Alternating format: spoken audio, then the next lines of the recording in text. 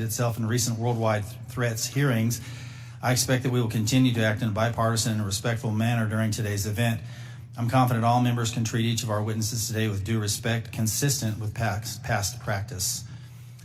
This worldwide threats hearing provides the American people the opportunity to hear directly from our intelligence community leadership on the threats that face our nation. It's my pleasure to welcome our witnesses to today's hearing. Director of National Intelligence, the Honorable Tulsi Gabbard. Director of Central Intelligence Agency, the Honorable John Ratcliffe. Director of the Federal Bureau of Investigation, the Honorable Kash Patel. Director of National Security Agency, General Tim Haugh. Director of Defense Intelligence Agency, Lieutenant General Jeffrey Kruse. Thank you, public, earlier this week regarding a group text message exchange that included several members of President Trump's national security leadership team and a journalist. Yesterday, our colleagues on the Senate Select Committee on Intelligence held their hearing on the annual threat assessment, and unfortunately, instead of exploring the real and existential threats that face our nation, which is the purpose of this hearing, this issue consumed most of their time.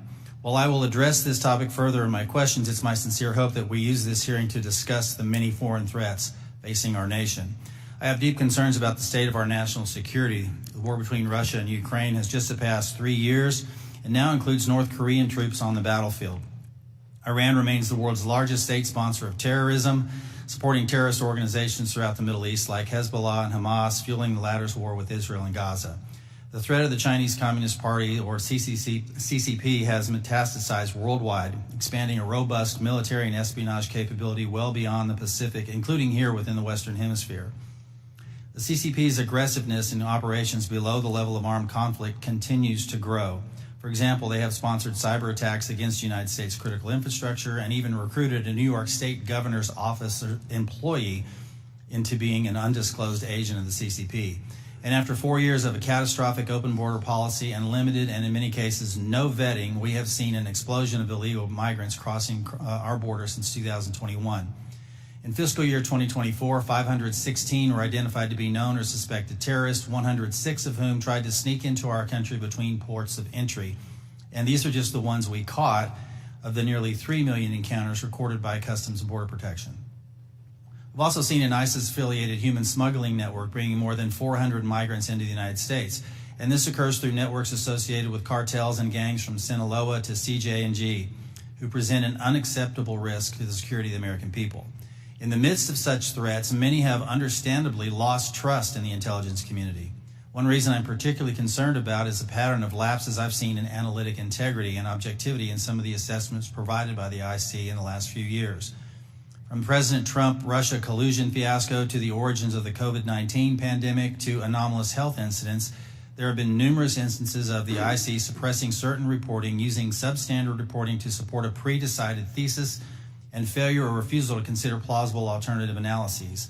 That, combined with many other examples of weaponized government, results in a situation where the United States is facing very real threats, while many of our citizens lack trust in those they empower to inform on or counter these threats. Look, I've been honored to serve our country for many years now, first as an explosive ordnance disposal technician in the Army, now as a representative for the 1st District of Arkansas and chairman of this committee.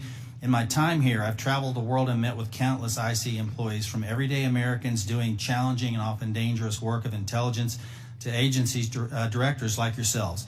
The vast majority of those people are honest, hardworking, patriotic Americans that silently and without accolades do difficult jobs, often in austere places, sacrificing time with their families and in some cases putting themselves in danger, all in order to serve the United States.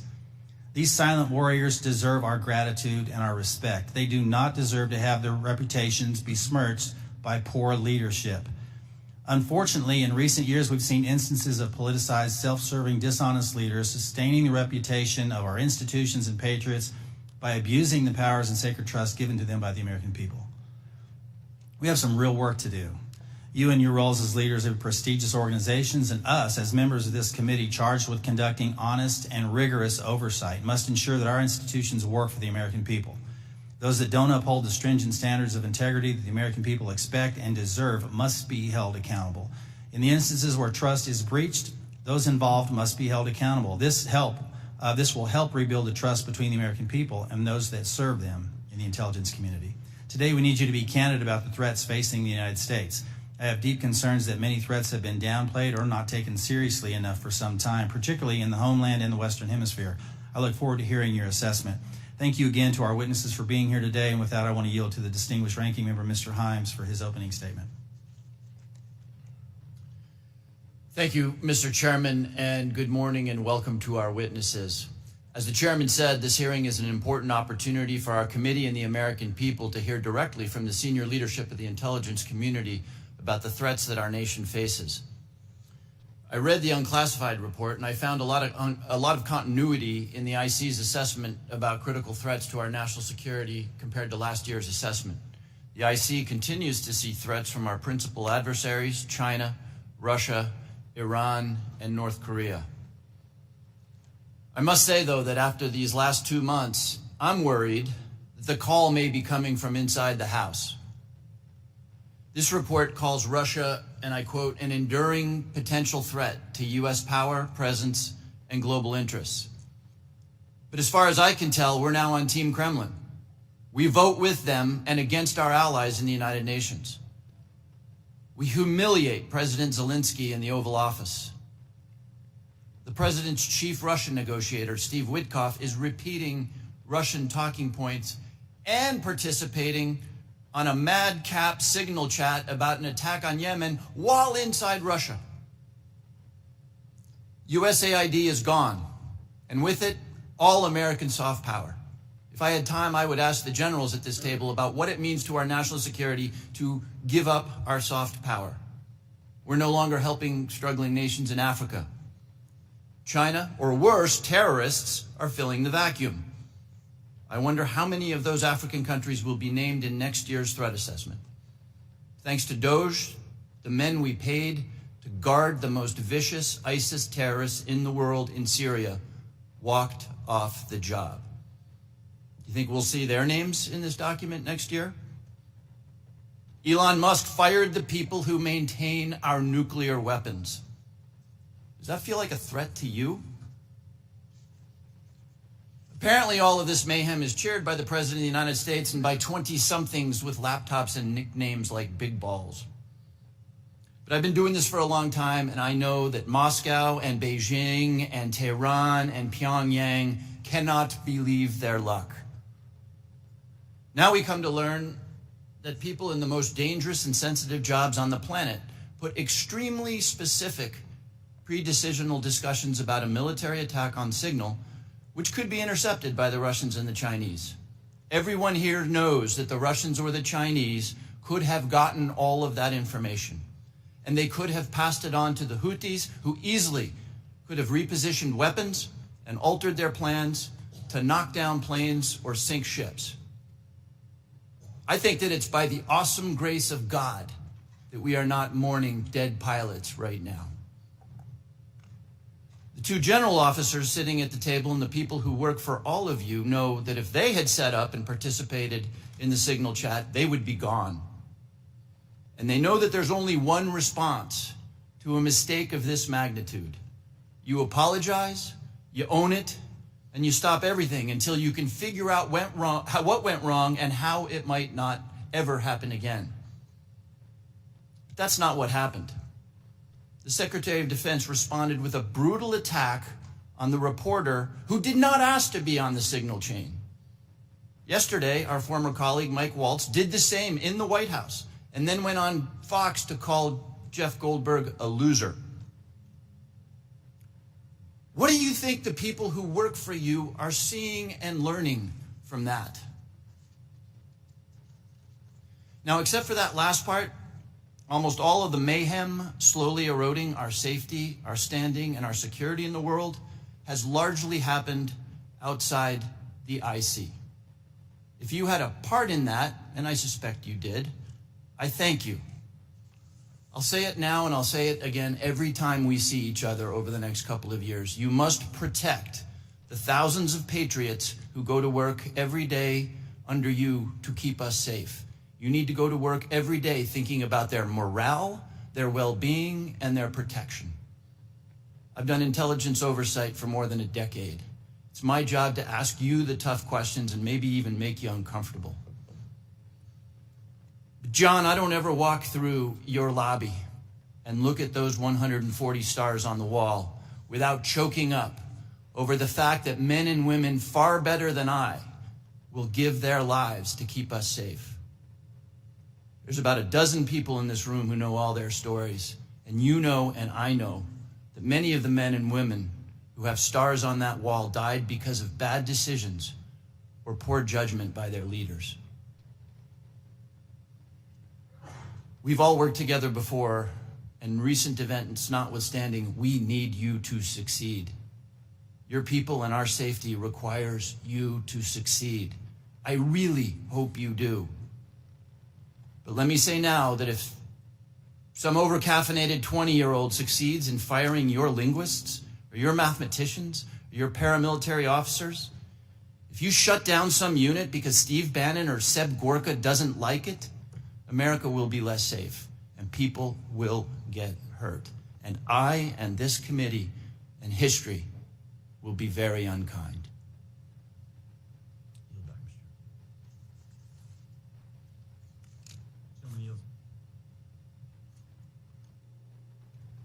Gentleman yields. Now recognize Director Gabbard to make a statement on behalf of the intelligence community. Thank you very much, Chairman Crawford and Ranking Member Himes. Members of the committee, thank you for the opportunity for us to be here to present the 2025 Annual Threat Assessment. I'm joined here by my colleagues from the CIA, DIA, FBI, and NSA. Our testimony today offers the collective assessment of the 18 U.S. intelligence elements making up the U.S. intelligence community and draws on the intelligence collection and information available to the IC from open source and private sector and the expertise of our analysts. It evaluates what the IC assesses most threatens our people and our nation's ability to live in a peaceful, free, secure, and prosperous society. As you know very well, we face an increasingly complex threat environment that is threatening us here at home and our interests abroad. I'll begin by focusing on what most immediately and directly threatens the United States and the well-being of the American people: the non-state criminal groups and terrorists putting American lives and livelihood at risk. I'll then move on to focus on the key nation states who have the capability to threaten our security and the interests of the United States. Cartels, gangs, and other transnational criminal organizations in our part of the world are engaging in a wide array of illicit activity, from narcotics trafficking to money laundering, to smuggling of illegal immigrants and human trafficking, which endanger the health, welfare, and safety of everyday Americans. Based on our latest reporting available for the year-long period ending October 2024, cartels were largely responsible for the deaths of more than 54,000 American citizens due to synthetic opioids.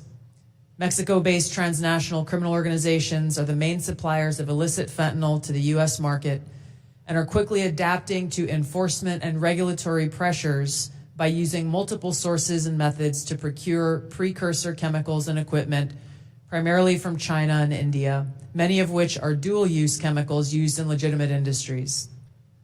Independent fentanyl producers are also increasingly fragmenting the drug trade in Mexico. The ready availability of precursor chemicals and ease of making illicit fentanyl have enabled independent actors to increase illicit fentanyl production and smuggling operations in Mexico. Cartels are profiting from human trafficking and have likely facilitated more than 2 million illegal immigrants encountered by law enforcement at the U.S. southwest border in 2024 alone, straining our vital resources and putting the American people at risk. Criminal groups drive much of the unrest and lawlessness in the Western Hemisphere. They also engage in extortion, weapons and human smuggling, and other illicit and dangerous revenue-seeking operations, including kidnapping for ransom, forced labor, and sex trafficking. While some of these key drivers of migrants are expected to persist, heightened U.S. border security enforcement and deportations under the Trump administration are proving to serve as a deterrent for migrants seeking to illegally cross our borders. U.S. Border Patrol apprehensions along the southwest border in January 2025 dropped 85% from the same period in 2024. Transnational Islamist extremists such as ISIS and Al-Qaeda and affiliated jihadi groups continue to pursue enable, or inspire attacks against the United States and our citizens abroad and within the homeland to advance their ultimate objective of establishing a global Islamist caliphate. This includes heightened efforts to spread their ideology to recruit and radicalize individuals in the U.S. and the West. While the New Year's Day attacker in New Orleans had no known direct contact with ISIS terrorists, he was influenced and radicalized by ISIS ideological propaganda, as one example. Al-Qaeda and its affiliates continue to call for attacks against the United States as they conduct attacks overseas. These jihadist groups have shown their ability to adapt and evolve, including using new technology and tactics to spread their ideology and recruit new followers. A range of non-state cyber criminals are also targeting our economic interests, our critical infrastructure, and advanced commercial capability for extortion, other coercive pursuits, and financial gain. These actors are using a variety of tactics, including phishing, ransomware, and denial of service attacks to disrupt our systems and steal sensitive and lucrative information, using available technologies and taking advantage of U.S. cyber vulnerabilities. Ransomware actors last year, for example, attacked the largest payment processor for U.S. healthcare institutions, and another set of criminal actors conducted cyber attacks against U.S. water utilities. Some of these non-state cyber actors also operate as proxies for or emulate similar activities being carried out by major state actors. The IC sees China, Russia, Iran, and North Korea engaging in activities that could challenge U.S. capabilities and interests, especially related to our security and economy. They are in some cases working together in different areas to target U.S. interests and to protect themselves from U.S. sanctions. At this point, the IC assesses that China is our most capable strategic competitor. Under the leadership of Xi Jinping, the People's Republic of China seeks to position itself as a leading power in the world stage, economically, technologically, and militarily. Beijing is driven in part by a belief that Washington is pursuing a broad effort to contain China's rise and undermine CCP rule. China's most serious domestic challenge is probably China's slowing economy and the potential instability that could occur if socioeconomic grievances lead to large-scale unrest. Growing economic tensions with the United States and other countries could also weigh on China's plans for economic growth and domestic job creation. China's military is fielding advanced capabilities, including hypersonic weapons, stealth aircraft, advanced submarines, stronger space and cyber warfare assets, and a larger arsenal of nuclear weapons.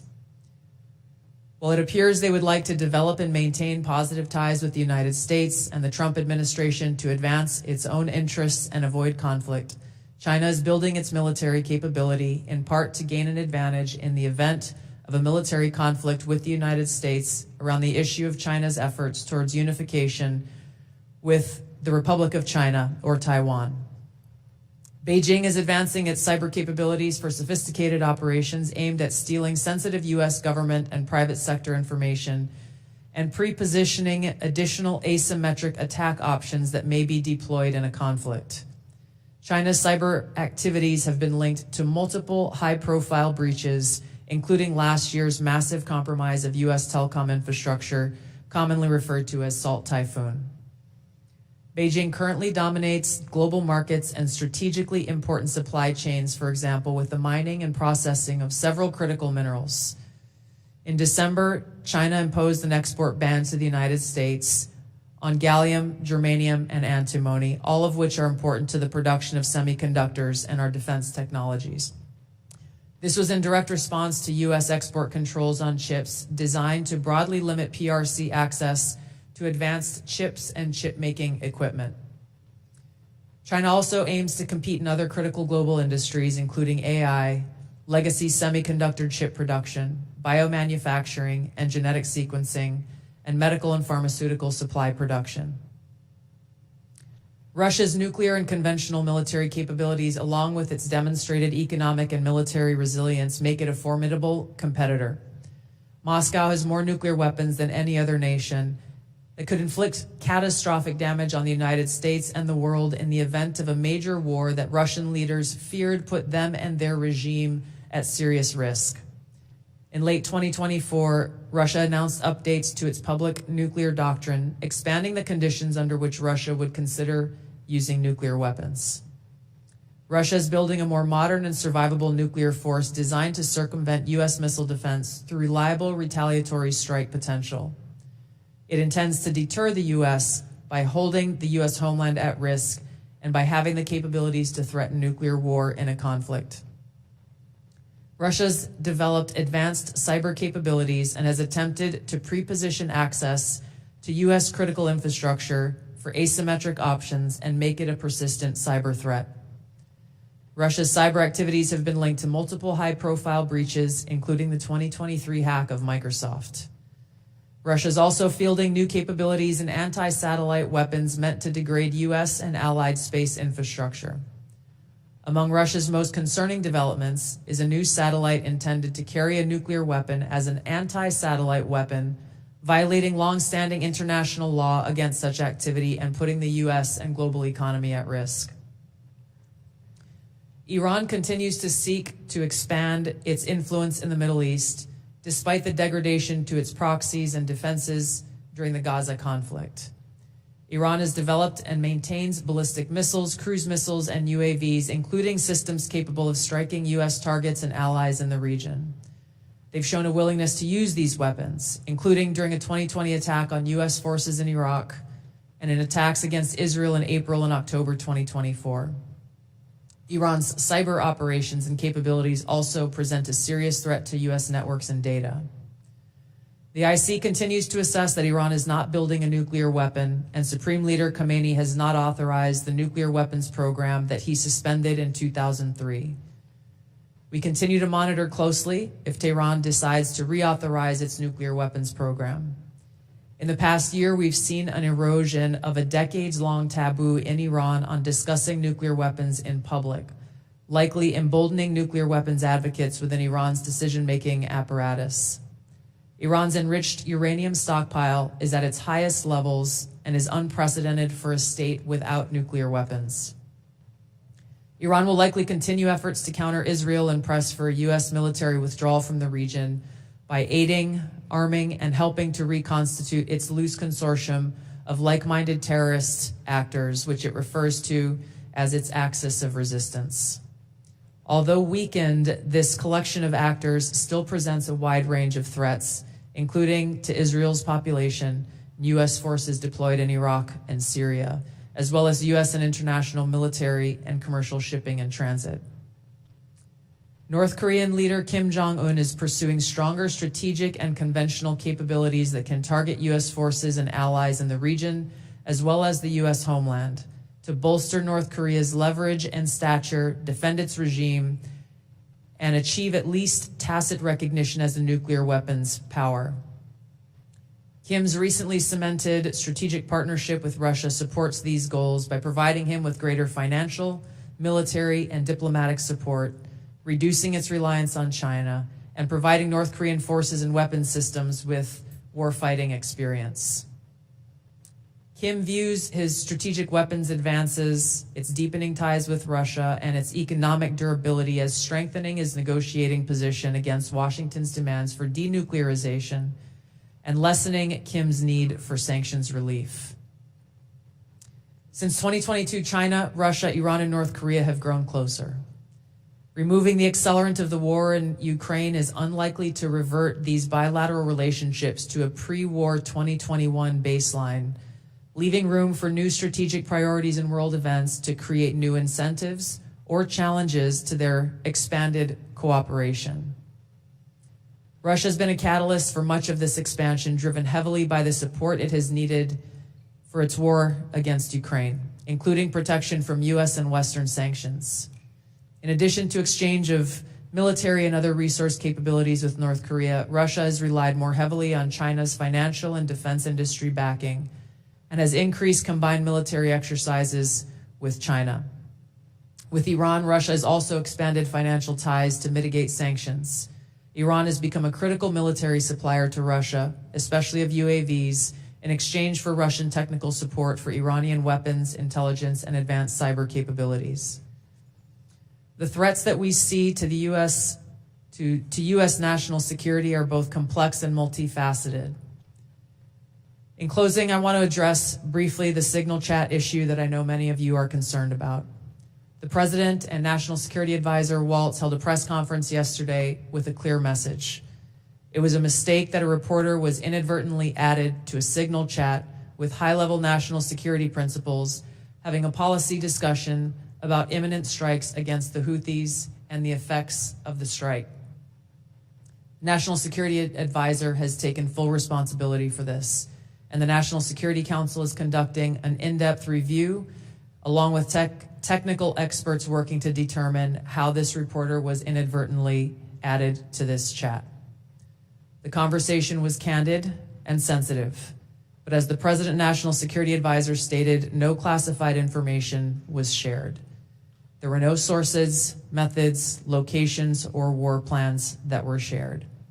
This was a standard update to the National Security Cabinet that was provided alongside updates that were given to foreign partners in the region.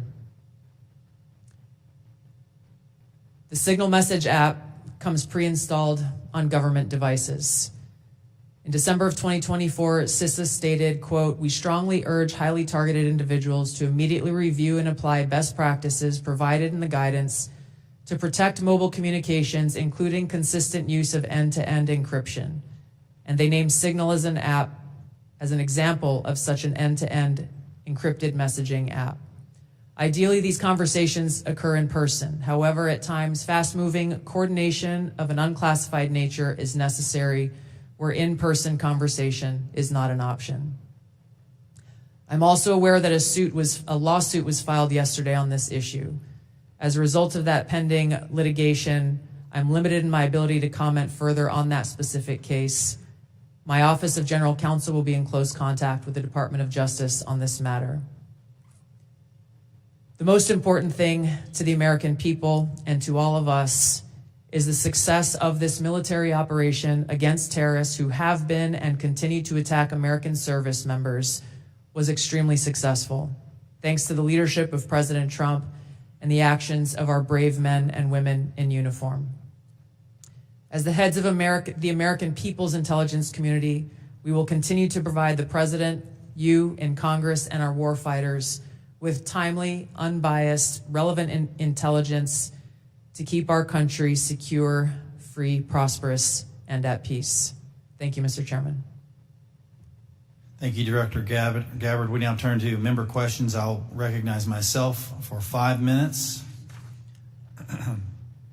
I want to talk about, before I get into the threats, I want to talk about something we've talked about in this committee and in this setting before. We've had IC agency leaders commit to complying with our document requests but not follow through. And I don't know if this is due to direction from previous administration or middle management obstruction, but I find it completely unacceptable. In fact, I had to subpoena the NSA in order to cooperate with our AHI investigation last year.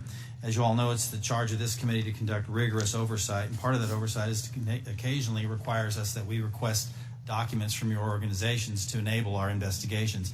We cannot adequately do our jobs without your partnership and your cooperation. General Haugh and General Kruse, we had this conversation here before last year, and I'm not satisfied with your responsiveness. Therefore, I'm going to ask that question again on the record in this open setting to each of you. Do I have your unequivocal commitment to cooperating with document or other information requests from this committee, General Haugh? You do, Chairman. Thank you, General. Director Patel. You do, Mr. Chairman. Director Gabbard. Yes, Chairman. Director Ratcliffe. Yes, you do, Chairman and Ranking Member. And I want to start by saying it's good to be back. It's good to see you. And as you all know, I have a special appreciation for the work that this committee does, having previously been a member. I also understand the importance of the oversight role that it has. And so you have my full commitment and my understanding about what your responsibilities are and my obligation to keep you fully and currently informed, and I will do that. Appreciate that. General Kruse.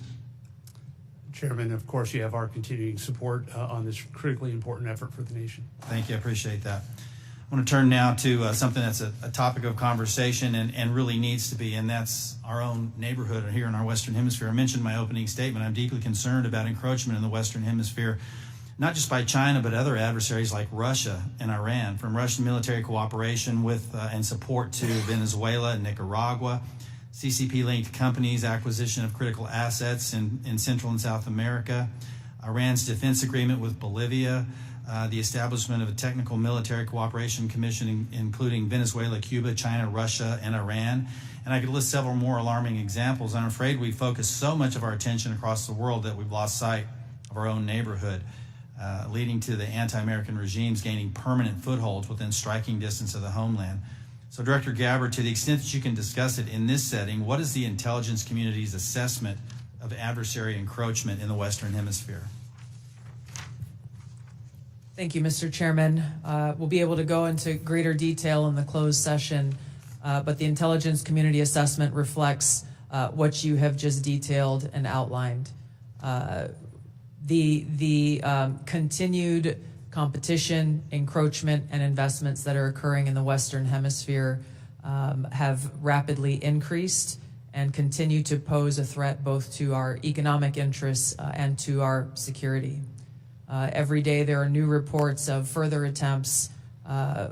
One just recently that came up yesterday with investments that are being made in the southeast part of the United States. Again, I'll go into this further in a closed setting, but the intelligence assessments that we are receiving are being shared with senior cabinet officials, Department of Energy, Commerce, Treasury, those who are working alongside us to not only monitor, but to determine the best policies that will protect our interests. Thank you. I want to turn to Director Patel real quick in the time that I have left. If you can flesh this out for me just a little bit. You indicated something that caught my attention in the proceeding yesterday, and that was your involvement with the Judicial Drug Task Force that you partner with at the state level, and how that has yielded positive results with regard to cartel activity. Can you put a little finer point on that to describe those partnerships in the 53 seconds we have remaining? Yeah, I'll try to be brief. Mr. Chairman, Mr. Vice Chairman, thanks for having us, Ranking Member. My priorities at the FBI have been to partner with state and local law enforcement in ways that we have not done so before, particularly on information sharing, and it's a two-way street. And in order for us to effectuate drug seizures and narcotics interdictions in the 50 states, we treat them as all border states because that's what's happening. We have an American citizen die of a drug overdose every 7 minutes. That is wildly out of control and unacceptable. But the FBI cannot do that mandate and secure the American people from Washington, D.C. So we're putting resources in the field. We were working with our partners at the state and local level, and we are seeing immediate results, as we are seeing in Arkansas, as I outlined yesterday, with hundreds of arrests, thousands of pounds of narcotics seized, dozens of weapons, and multiple indictments. Thank you, Director. I'm going to yield and recognize Ranking Member Himes for 5 minutes. Thank you, Mr. Chairman. If there's something I care as much about as the national security of the United States, it's the powers and prerogatives of this Congress and its oversight duties. So I want to spend a minute or so on yesterday's testimony in front of the Senate and direct these questions in particular to Director Patel and Director Gabbard. Yesterday, Senator Heinrich asked, did this conversation, referring to the signal chat, include information on weapons, packages, targets, or timing? Director Patel, you said not that I'm aware of. Director Gabbard, you said same answer. This morning we learned that the signal chat included the following update, forward-looking update from the Secretary of Defense. Time now, 11:44 Eastern Time. Weather is favorable. Just confirmed with CENTCOM. We are go for mission launch. 12:15 Eastern Time. F-18 launch. First strike package. 13:45 trigger-based F-18 first strike window starts. Target terrorist is at his known location, so should be on time. Also, strike drones launch. MQ-9s. 14:10 more F-18s launch. Second strike package. Do either of the directors want to reflect on their testimony yesterday in the context of what I just read? Sure. 1, I was not on that signal chat. 2, I have not reviewed it. And 3, as you just indicated, that was made public this morning. But Director, you didn't prior to yesterday's Senate. You were on this. You were on the signal chat, correct? No. Okay, but did you review the material on the signal chat? No, I wasn't on it. Director Gabbard. Yes, Ranking Member. My answer yesterday was based on my recollection or the lack thereof on the details that were posted there. I was not, and what was shared today reflects the fact that I was not directly involved with that part of the Signal chat and replied at the end reflecting the effects, the very brief effects that the National Security Advisor had shared. So it's your testimony that less than 2 weeks ago, you were on a Signal chat that had all of this information about F-18s and MQ-9 Reapers and targets on strike, and you in that 2-week period simply forgot that that was there. That's your testimony? My testimony is I did not recall the exact details of what was included there. That was not your testimony. Your testimony was that you were not aware of anything related to weapons packages, targets, and timing.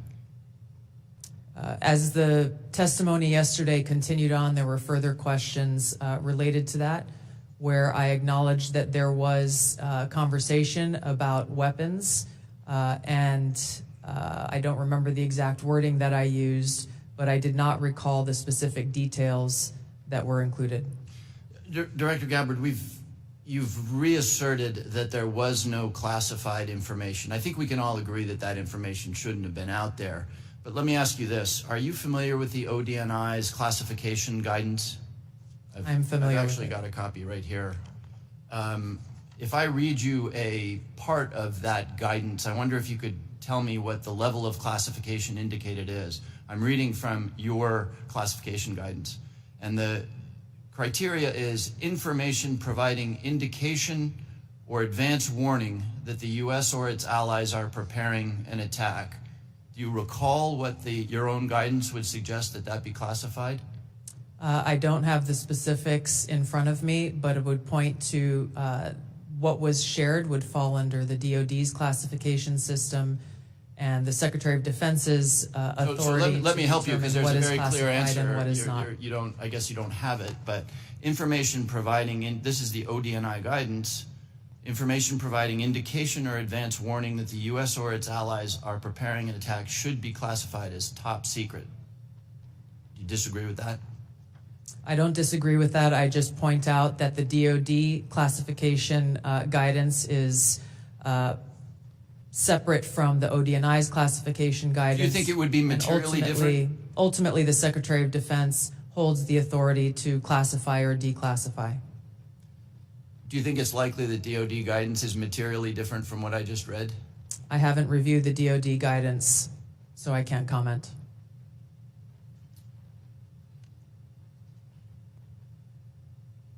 Director Gabbard, a lot of this suggests sort of a lack of sobriety. When there's punch emojis and fire emojis, it's a lack of sobriety.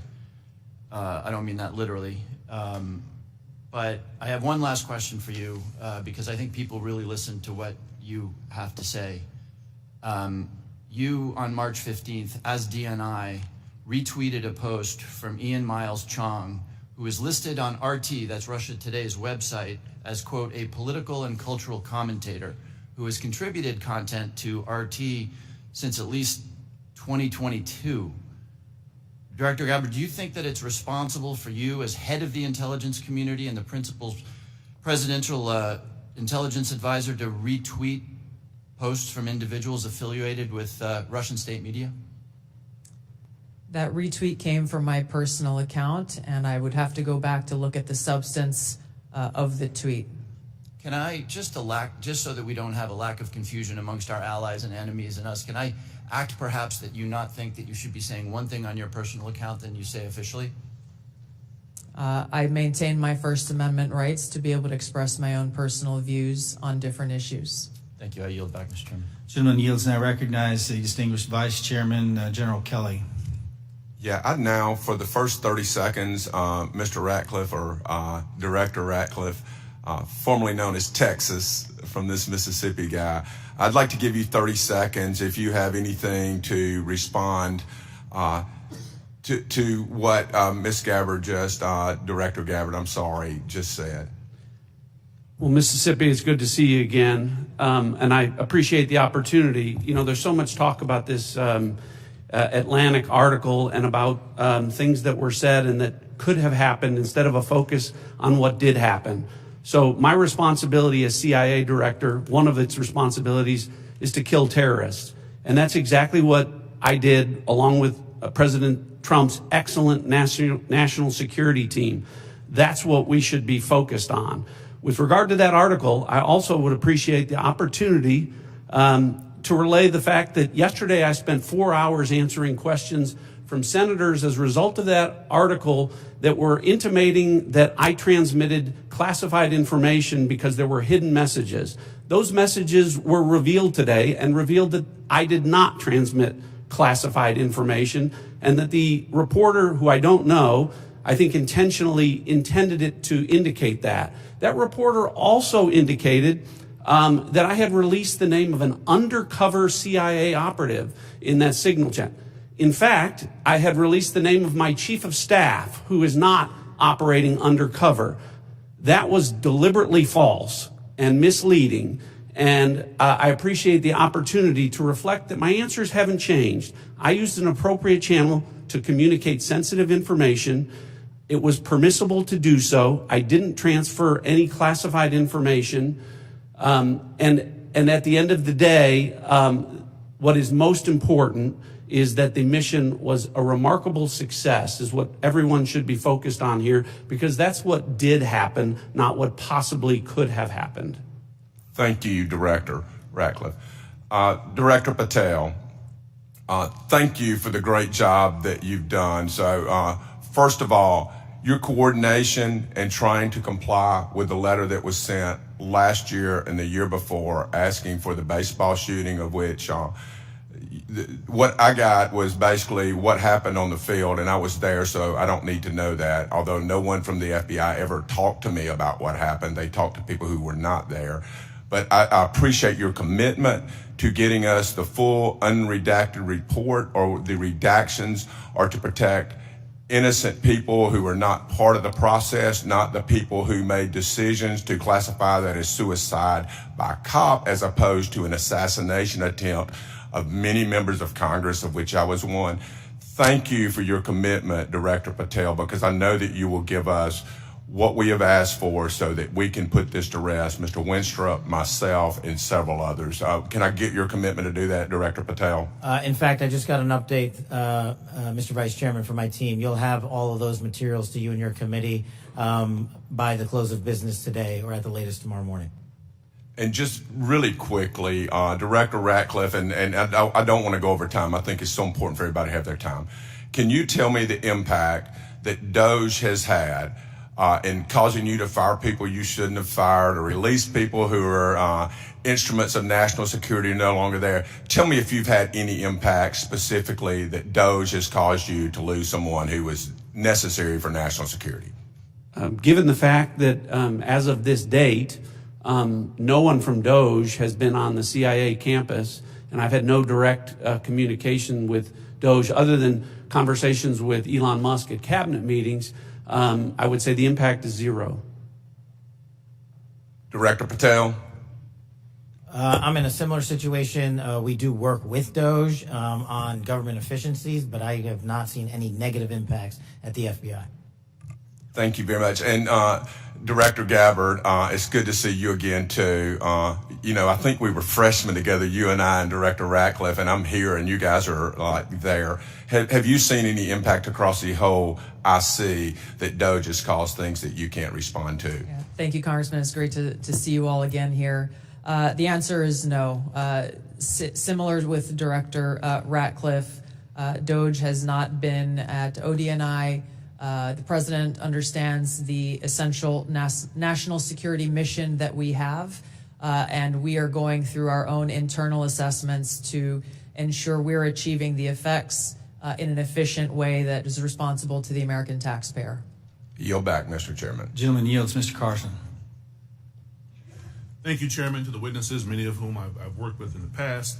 It appears that this year's report omitted any discussion of transnational concerns like global health security, infectious diseases, and the role of conflict, violence, and political instability play as drivers of migration.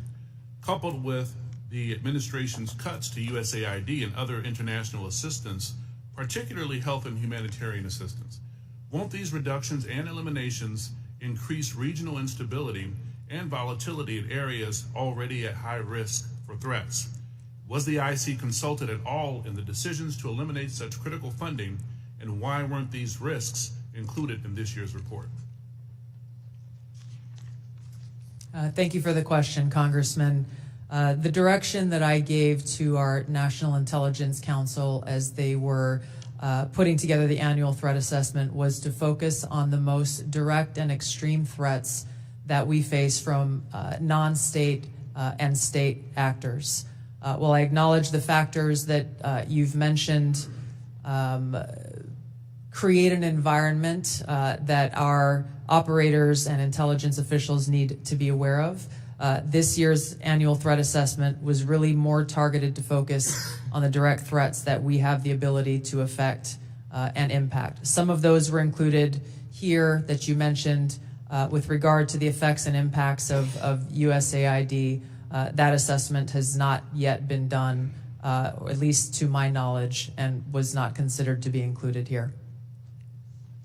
Director Patel, this year's assessment, sir, confirms a threat I've worked on for a number of years, domestic extremists, including lone wolves, white nationalists motivated by racial or anti-government grievances, even religious grievances. Mr. Director, a few yes or no questions. Do you, sir, agree that these domestic threats must be addressed as thoroughly as foreign extremists? All threats like that will be treated equally, yes, sir.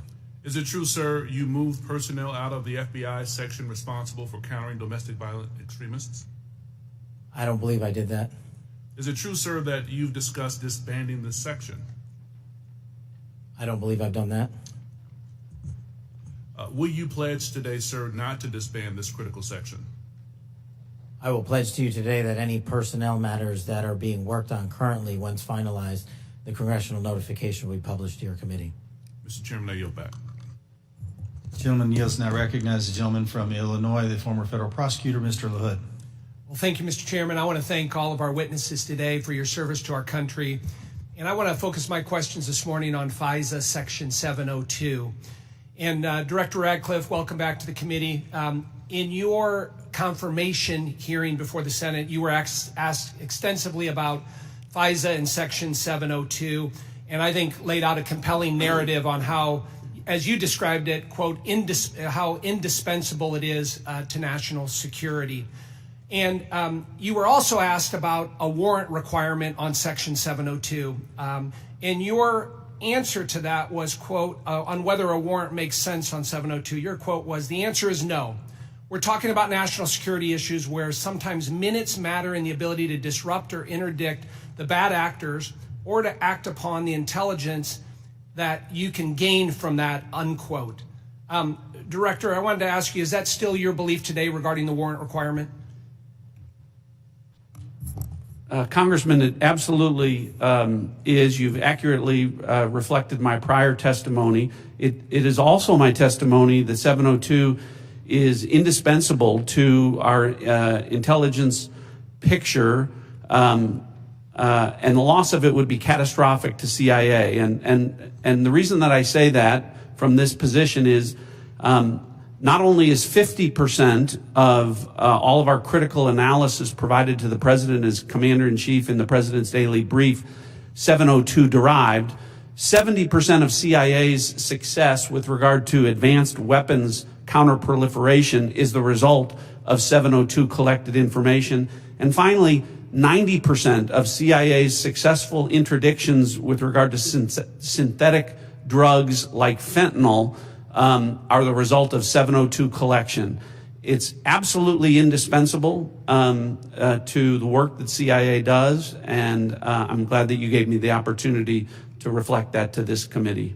Thank you, Director. And just to ask a follow-up on that, as you know, in the House last year when we had our FISA reform and Section 702 reform measures put in place, you know, we had a debate, robust debate on the House floor regarding the warrant requirement. It was a very, very close vote, 212 to 212.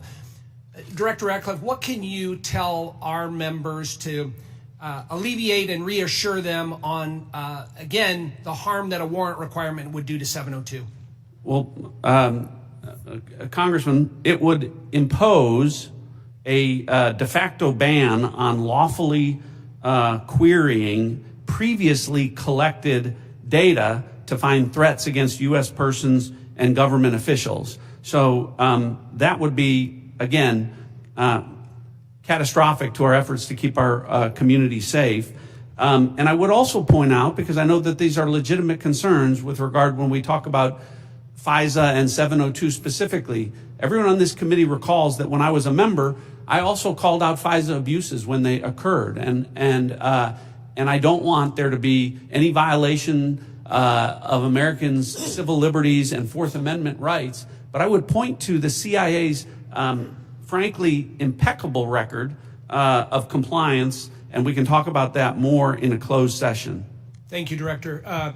Director Patel, I want to turn to you. Similar in your Senate confirmation, you were asked extensively about 702. And as you know, in our bill that we passed last year, we put lots of reforms and changes and protocols in place for the FBI.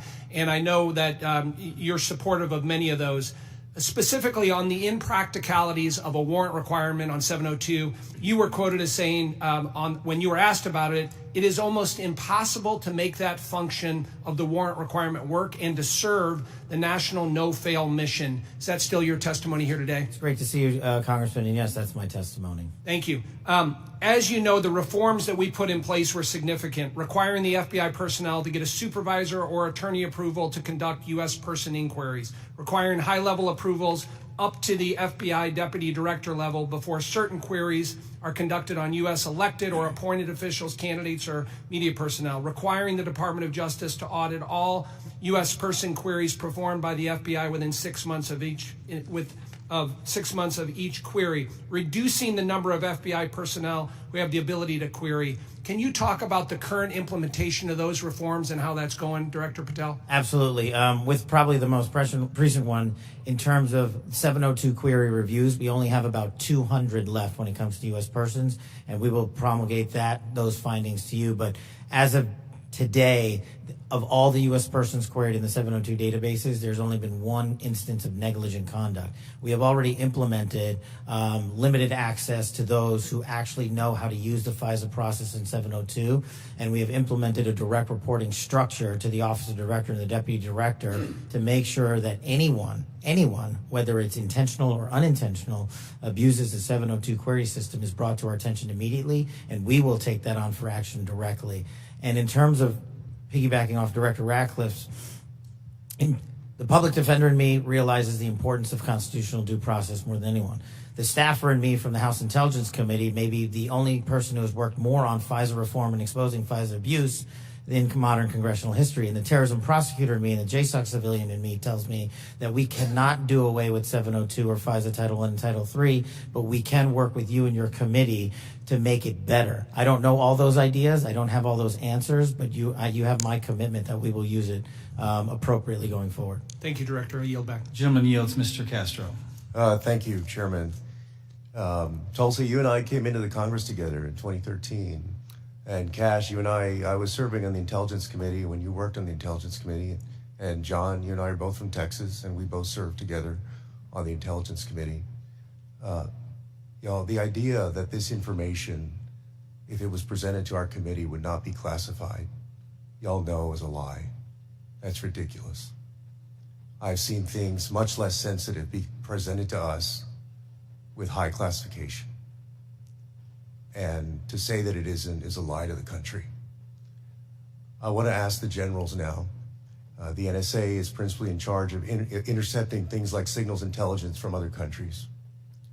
General, I want to ask you, if your organization, your agency, intercepted something like this from Russia or China or some other country, would you consider this classified information? Representative, we would be classifying based off of our sources and methods. So those would be the things that, in terms of how we process, how we would be able to obtain the information and how we'd report it, Sure. we would classify based off of our source and method. So if you knew that the Secretary of Defense and the National Security Advisor of Russia or China and the head of the Foreign Ministry and all of the folks who were associated with that signal chain, if you intercepted that information, General, would you consider it classified? So it would be classified based off of our collections. So the NSA would classify it, would Based off determine it as of classified. the protection of our own source and method, not necessarily based off the content, but how we collected that information. But it would be classified.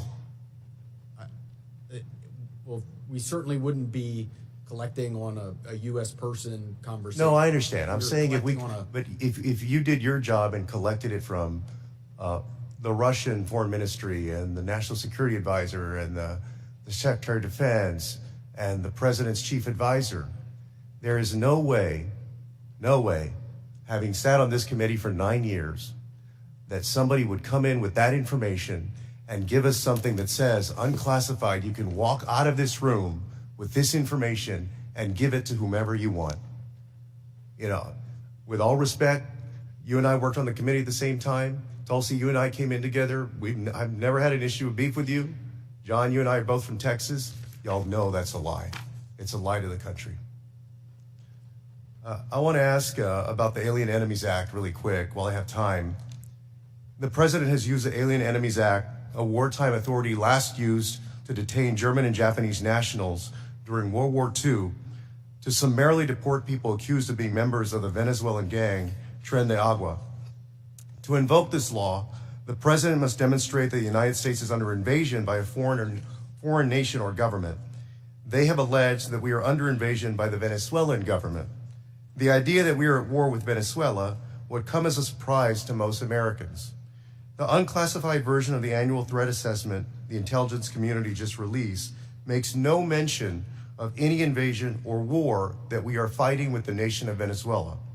You would think our nation being at war would merit at least a small reference in this threat assessment. And Director Ratcliffe, does the intelligence community assess that we are currently at war or being invaded by the nation of Venezuela? We have no assessment that says that. Thank you. In invoking the law, the president alleged that Tren de Agua is, quote, undertaking hostile actions against the U.S. at the direction, clandestine or otherwise, of the Maduro regime in Venezuela. Director Gabbard, does the intelligence community assess that the Venezuelan government is directing Tren de Agua's hostile actions against the United States? There are varied assessments that came from different intelligence community elements. I'll defer to Director Patel to speak specifically to the FBI assessment.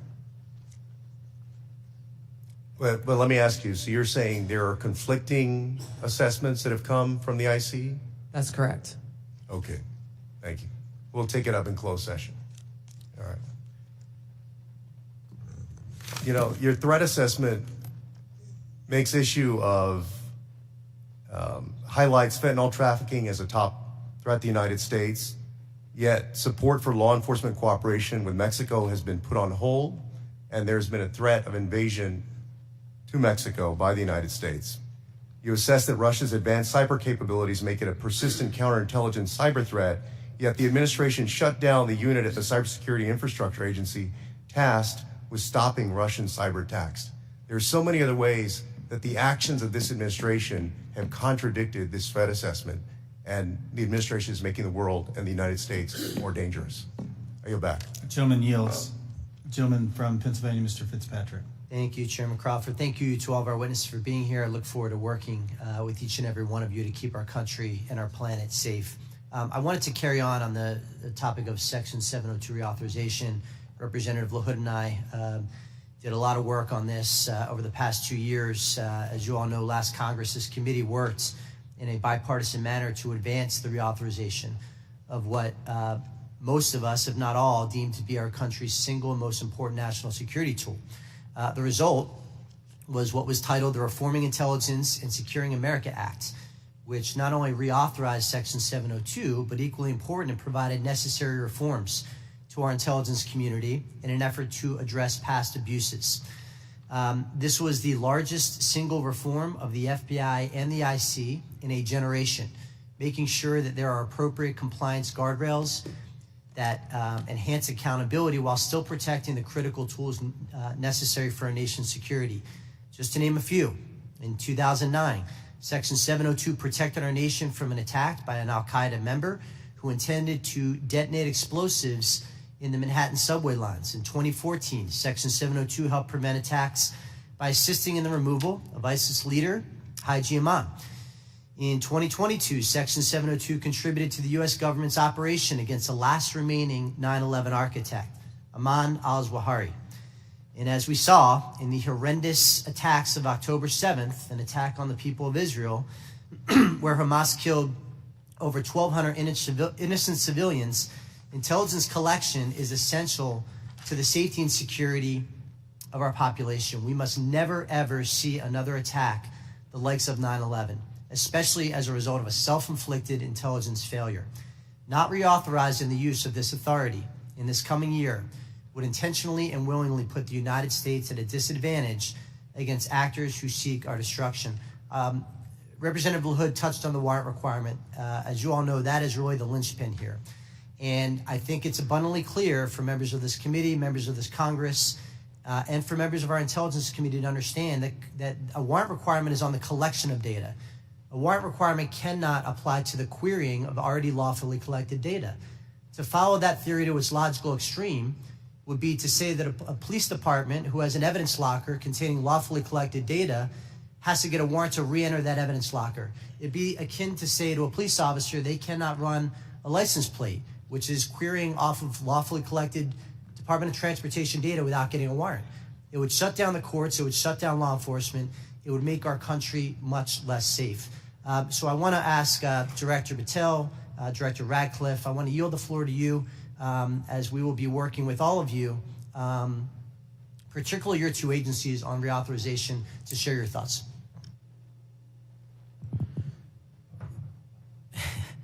So it's great to see you, sir, and thanks for the question. Look, on 702, just to flesh out some of the more specific operational use that I have, it which specifically relates to what you just said. When I was a terrorism prosecutor, we used 702 directly to prevent the shopping mall in Houston from being blown up. We used 702 collection directly to prevent an attack on the state capitol in the state of California.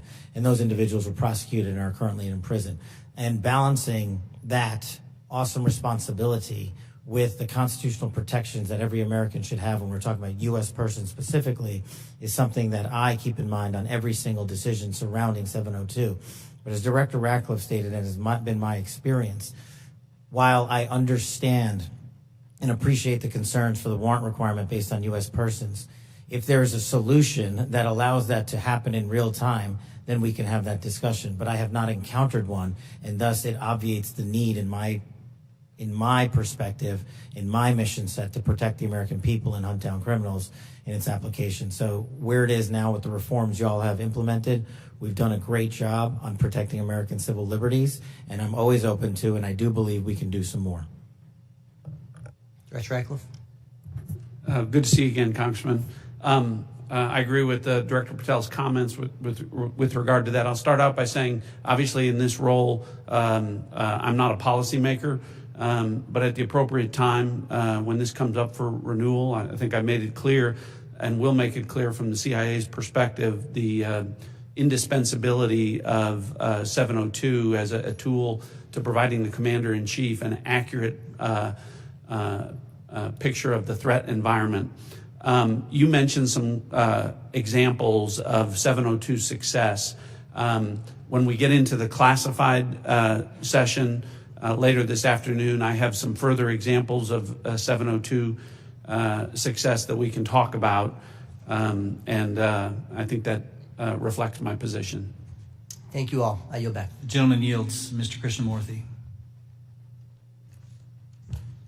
Good morning. Thank you, Mr. Chair, and thank you to our witnesses for coming. Thank you for your service. Director Gabbard, you said no classified information was included in the signal chat, correct? That's correct. And President Trump also said there was no classified information in the signal chat. And Secretary Hegseth said nobody was texting war plans. There was absolutely no classified info in that chat. Lieutenant General Kruse, I'd like to talk to you about a couple things real quick. Executive Order 13526, Section 1.4a. This is the Trump administration's executive order with regard to classified information. It says, information shall be classified if its unauthorized disclosure could reasonably be expected to cause damage to national security, including military plans, weapon systems, or operations. You don't disagree that that's accurately quoted, right? That's an accurate quote from the executive order. And DOD 5200.01, this is the DOD's manual on classification, says, quote, information shall be classified if its unauthorized disclosure could reasonably be expected to cause describable damage to national security. This includes military plans, weapon systems, or operations. You don't disagree that I quoted that accurately, right? That's also an accurate quote. Can I show you I'd like to show you the text that Secretary Hegseth actually published to the world. Now, Lieutenant General Kruse, as Ranking Member Himes said, it says, time now, weather is favorable, just confirmed with CENTCOM, we are a go for mission launch. Then it says at 12:15 Eastern, F-18s launch first strike package. F-18s are military systems, correct? Weapon systems. They are. Okay. 1345, trigger-based F-18 first strike window starts. Target terrorist is at his known location, so should be on time. Also, strike drones launch, MQ-9s. MQ-9s is a weapon system, correct? They are. Okay. I think applying the executive order as well as the DOD manual to this fact pattern, we clearly have weapon systems that have been identified. That is classified information. Now, the reason why it's important that this information not be disclosed is that we don't want the adversaries to know what's about to happen, right, sir? Well, I would draw a small distinction there. You referenced and asked if that platform, those two platforms are weapon systems. They are, but those terms are used all across the globe in a lot of contexts. So it's really about how they're used in the context of this particular document. I just want to clarify that the use of those. I understand. Yeah. In this situation, those are operational details. They are operational details, but again, as you quoted the DOD instruction, it's about operations. So as you further go down into what are the operational details, I think as we had a discussion yesterday, the important aspect, I think all of us are very familiar. This is classified information. This is classified information. It's a weapon system as well as sequence of strikes as well as details about the operations. And so I think that just piggybacking off of what some other members have said, using the DOD's manual as well as the executive order in operation today with the Trump administration, this text message is clearly classified information. Secretary Hegseth has disclosed military plans as well as classified information. He needs to resign immediately. He needs to resign immediately, and a full investigation needs to be undertaken with regard to whether other similar signal chats are occurring in this administration. I'd like to turn my attention to another topic. Director Patel, according to the DOJ, in 2022, the FBI led Joint Terrorism Task Force, JTTF, in my hometown of Chicago, valiantly led efforts to prevent a plot to attack Naval Station Great Lakes in Illinois. You don't dispute that, do you, sir? I'm not familiar with it, but I don't dispute what you're telling me. Thank you. A memo obtained by ABC 7 News of Chicago said that this task force will now be, quote, actively supporting, close quote, the Department of Homeland Security and its immigration enforcement. You don't dispute that either, do you? I'm just not familiar with it, sir. Okay. Sir, I just have to say, the DOJ has now tasked JTTFs to shift some resources to immigration enforcement efforts. And I don't say this lightly, if there's a terrorist attack anywhere in the country, including in Chicago, and it was because the JTTFs in part shifted resources, they'll be held to pay. Thank you, sir. Gentleman's time's expired. Gentleman from Georgia, Mr. Scott. Thank you, Mr. Chairman. Director Gabbard, was the target terrorist named in the text, or was it simply referred to as target terrorist? The target was not named. Thank you. Was the location named? Congressman, no locations were named. Thank you. Director Patel, there was a specific accusation made about how close we are working with Mexico currently. My understanding, and I want to congratulate you on this, and I think it shows a shift of focus at the FBI since you've taken over to what it should have been doing all along, which is chasing the 10 most wanted that are threatening our country. My understanding is that 2 of the 3 were actually arrested in Mexico and are being extradited back to the United States. Is that correct? Yes, sir. We have been working. One of the first meetings I took as FBI director was my counterpart, Secretary Farouche in Mexico. And subsequent to that, we have extradited or expelled from Mexico 2 top 10 of the FBI's most wanted list and 33 other criminals. Well, it sounds to me like we're working closer with them today than we have in the last several years, and that the focus of the FBI has shifted to actually protecting American citizens instead of arresting pro-life protesters. Our mission is to find violent criminals wherever they are, and if they're in Mexico, we're going to get them. Thank you. And I appreciate you, and I appreciate the change in the focus of the FBI. I want to talk with you a little bit about the counterintelligence threats, one of which was an active duty U.S. Army soldier charged with conspiring to transmit national defense information to individuals located in China.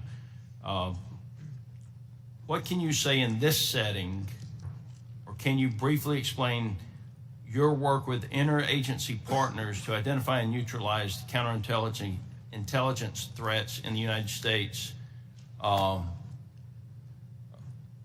this example?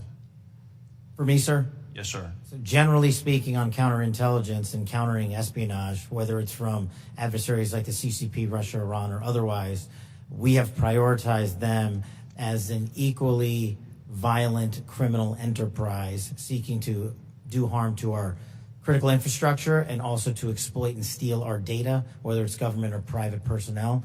And so we have expanded our resources into them and working with the interagency to make it a priority. Okay, thank you. I want to move on to the issue of the threshold of parole under the previous administration and the number of illegal immigrants that have come into this country, including people with known membership in terrorist groups.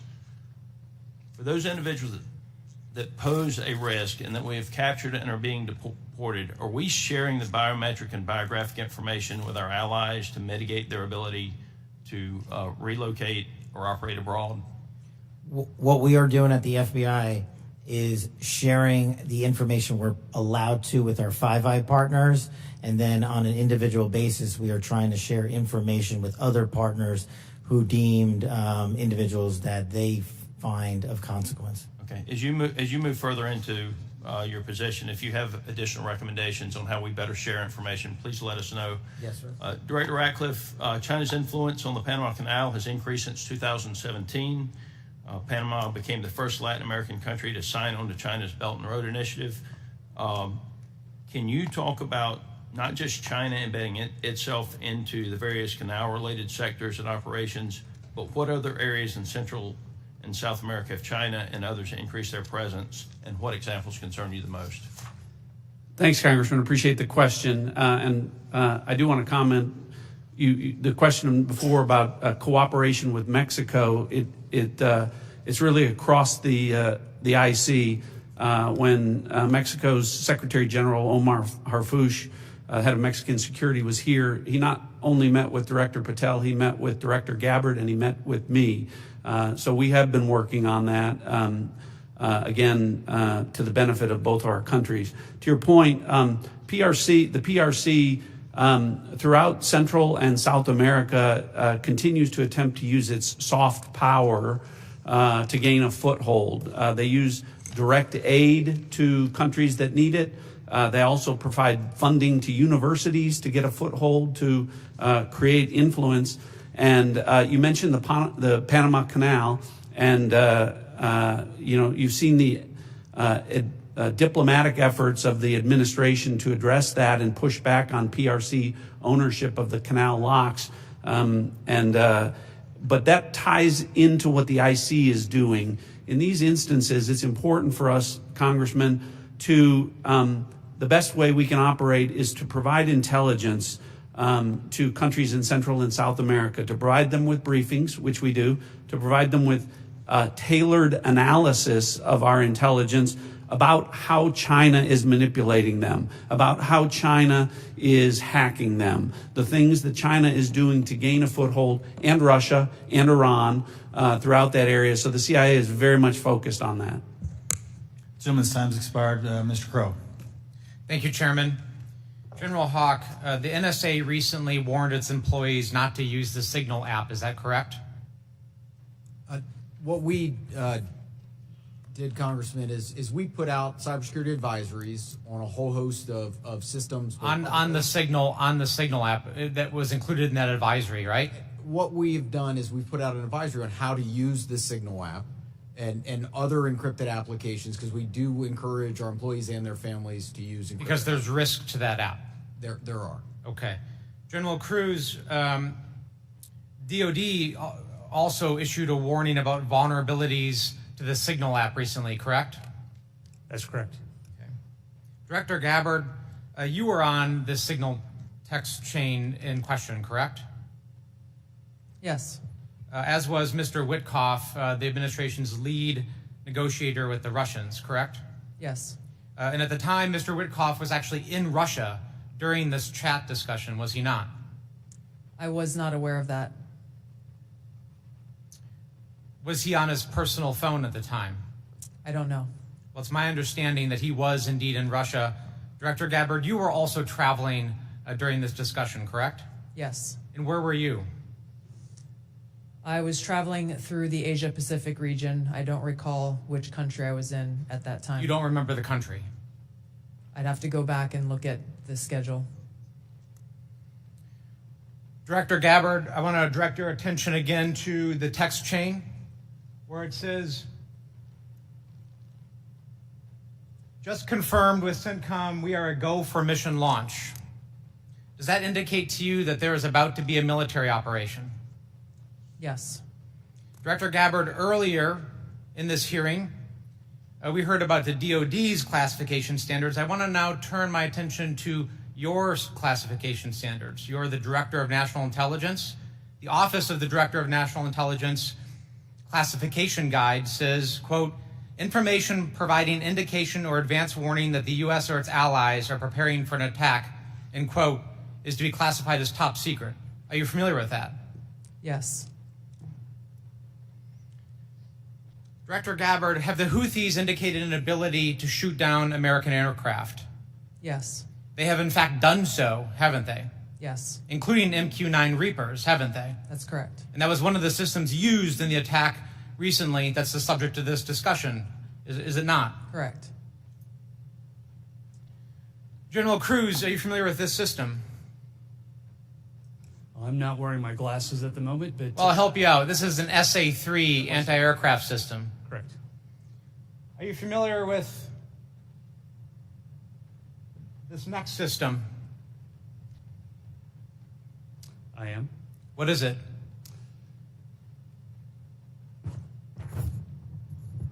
I'm going to have to ask you. It's an SA-6. I'm going to guess that... This is also an advanced anti-aircraft system, is it not? It is. It was used widely in the Balkans in the 90s, correct? And the Houthis also have this system, don't they? They certainly do. And they've employed it against our aircraft, have they not? They have attempted to, correct. I spent my life in service to this country. I deployed 3 times to combat in service to this nation. I learned in that time in service that responsibility is core to leadership. You accept responsibility when things go wrong. You admit mistakes. You set the standard from the very top. It is completely outrageous to me that administration officials come before us today with impunity, no acceptance of responsibility, excuse after excuse after excuse, while we send our men and women downrange to do incredibly difficult, incredibly dangerous things on our behalf. And yet, nobody is willing to come to us and say this was wrong. This was a breach of security and we won't do it again.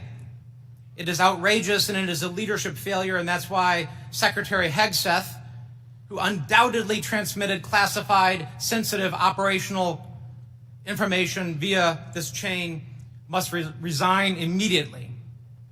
There can be no fixes. There can be no corrections until there is accountability. And I'm calling on the administration to move forward with accountability. I yield back. Gentleman yields. Gentleman from Texas, Mr. Crenshaw. Thank you, Mr. Chairman. Thank you all for being here. Good to see many of you again. And thank you for enduring 2 long days. I will note I always use fire emojis when I see terrorists getting killed. And I want to talk about cartels. This is a subject that is near and dear to my heart. I've been investigating it thoroughly for the last couple of years, and I'm glad to see that it's mentioned in all of your opening statements. I mentioned it at the very beginning of the threat assessment. There's a lot to work on here. One of our task force, we had a cartel task force in Congress. One of our key findings was that there needs to be a centralized, maybe call it authority or maybe call it office, maybe call it cartel czar within the administration that actually coordinates all the very different aspects of fighting this battle. Has anything like that been talked about? I'll go to you, Director Gabbard. Thank you, Congressman. It's good to see you again. This is very much central to the conversations in planning and execution of the president's focus on targeting the cartels and the threats that they pose to the American people. Homeland security task forces are being set up that include across the government integration. I can speak from my standpoint from the intelligence community, and our National Counterterrorism Center is leaning heavily forward into gathering and consolidating and integrating the intelligence that comes from DEA and others who've been working this issue for a while to make it so that it can be shared and integrated through the federal, state, and local law enforcement equities who are going after this problem. Yeah, we'll talk a lot more about that exact thing in closed session, but at a higher level, our recommendation is there needs to be someone at a much higher level that coordinates state, DOD, CIA, FBI, Homeland. It's a massive problem, one I'm all too familiar with. Director Patel, the FBI is tasked with working foreign corruption charges. In the past administration, the FBI told me they actually don't focus on Mexico very much because now in their defense, they say the reason is because they won't get anything out of it because they don't have a cooperative government to work with. I think a lot has changed. Do I have your commitment that we will at least start following up on those because the judiciary system in Mexico is a key component in our failures to address the cartels? You do, Congressman. Apologies for not getting back to you sooner. You're good. Appreciate it. I also want to ask you that the FBI has disrupted an alarming number of terrorist attacks in the last 2 years. Great on the FBI for doing that. I don't think many Americans realize how good the FBI has been at this. But this also gets to the conversation earlier about FISA 702. One of the main arguments I tried to I wanted to argue with my colleagues on this was when you have a warrant process for the query, what you will fail to do is connect the dots between the domestic and the international threat, and those connections are there, as we see all the time. Would you agree with that? That we need to maintain that process in a responsible way, of course. I do, sir. I appreciate that. Director Gabbard, in my remaining time, I want to ask you because of my, and this may go to our General Kruse as well. Because of my work on energy and commerce, we have an issue there with broadband spectrum auctions, and of course this affects our intelligence community in a very large way, and our DoD. Getting right to the question here, how much, if any, spectrum can the DoD give up without having a significant effect on the administration's prioritization of lethality and deterrence? I'll defer to General Kruse, specific to DOD. I certainly wouldn't want to speak for all of DOD, and I think the committee is already in a fantastic conversation with the DOD on that issue. But broadly, what I would say is DOD has laid out the portions of the spectrum that it believes for both operational capabilities, and in closed session, I am more than happy to walk you through from the intelligence portion of the mission that we do. There are two different portions of the spectrum. We often talk about one, but not the other, and in closed session, I'd be more than happy to tell you why the other portion of the spectrum is important to national security. Sure, and the details are obviously classified, but we can talk about X and S spectrums and get a better idea for the public about because the public would benefit from telecom having the ability to use some of these. When we look at 5G networks, 6G networks, so it's a conversation that we need to have and a much longer time to do so, which I've run out of. So I yield back. Thank you. Gentleman yields. Dr. Barra. Thank you, Mr. Chairman. I associate myself with the comments of my colleague, Congressman Crowe. I'm deeply disappointed in how we're handling this breach of protocol and so forth. Every year at the beginning of Congress, we take an oath to office. This is an awesome responsibility to be a member of Congress, to protect our country. We have no greater responsibility than to protect our homeland. And when I walk into this committee, and the honor of being on this committee, I don't see Democrats and Republicans. I see folks that every day want to do the same thing. But as Congressman Crowe suggested, the mark of leadership, and we all are leaders in this room, is to accept responsibility when mistakes happen. And that signal chat was a mistake. I'm not here to impugn your character. You were all nominated by the president. You were all confirmed by the president. But we have an awesome responsibility and incredible responsibility to the American people. And then given that we are the United States of America, we have a responsibility to the world. And this really was a breach of protocol. I'll take you at your word that we are going to do a full investigation of it. Our responsibility as oversight is to understand this breach, understand who leaked information, how that happened, and then hold those responsible. I 100% agree with the chairman in his opening statement. He said, where trust is breached, those responsible need to be held accountable. So do I have, Director Gabbard, we served together, we came into Congress together. Do I have your word when this investigation is fully completed, we will get the full breadth of the investigation? Thank you, Congressman. That would be my intent. I will caveat that by saying that this is being conducted by the National Security Council. I've not gotten any indication that they would try to withhold that, but I can't speak for them. Okay. I also, I see way too much politics when it comes to our national security and our national defense. We've got to keep politics out of this. We're not Democrats or Republicans. We're Americans. We're tasked with the responsibility of keeping our country safe. Director Gabbard, you have an awesome responsibility here to advise the president, to collate all the information, everything that the IC is providing, and provide that best advice and guidance to the president of the United States. We have to keep politics out of this. Even if the president disagrees with this, if it goes against his personal wishes, if he's considering an order that potentially is unconstitutional or illegal or compromises our security, I want your word that you will always provide and give that honest advice to the president, even if it will make him angry. Thank you, Congressman. I appreciate the question because, as you said, I do take this responsibility very seriously. And it was my commitment to the President, to the Senate, the American people, that as the Director of National Intelligence, I will ensure to provide the President and all of you as policymakers with that unbiased, relevant, and timely intelligence. And to your specific question, the answer is yes. I will inform the President of that accurate, timely, unbiased intelligence reporting, whether it is something that agrees with an assumption or a view or an objective or not. That's my responsibility to him and to the American people. Great. I would just offer advice. In your role, what you do on your personal devices versus your official devices, you're speaking to the public, and I would just offer, as I conduct myself, what I say personally is always going to be considered Congressman Barra saying it. General Haugh, I've appreciated working with you and have a deep concern about our cyber vulnerabilities. And we will go into some of this in the closed session.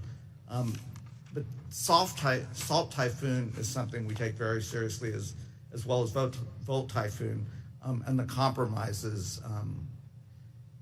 Can you just briefly give us an update of where we are with those two?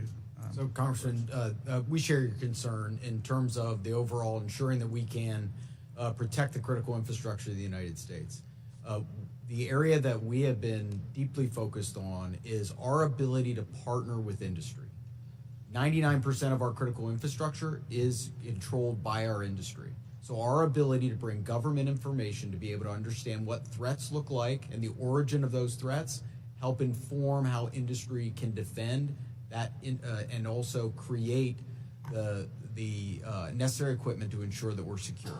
That partnership continues to grow, and that's really one of our key priorities. And I'll be able to go in closed session into more detail about the specific actions we've done together as an interagency with our industry teammates.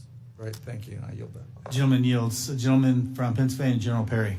Thank you, Mr. Chairman. Thank you, ladies and gentlemen, for your attendance and your service to national security for our country. I'm going to start with Director Patel and then go to Director Gabbard.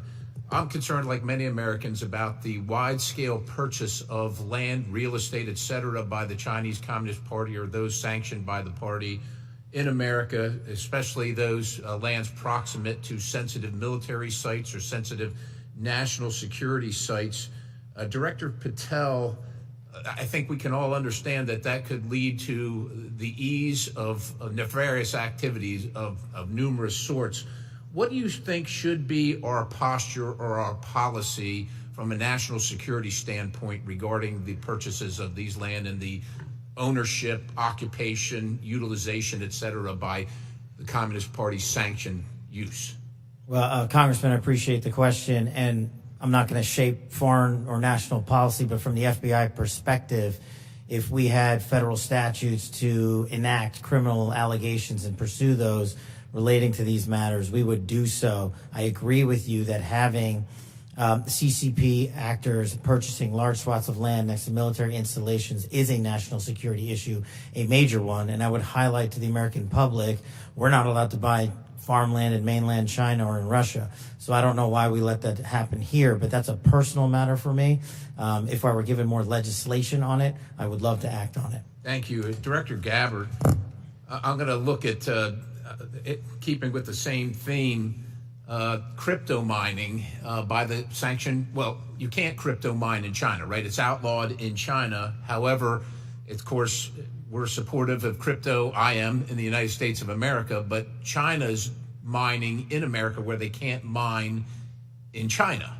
And in particular, I'm thinking about one site where the mining was occurring close to intercontinental ballistic missiles, and CFIUS was tipped off by Microsoft.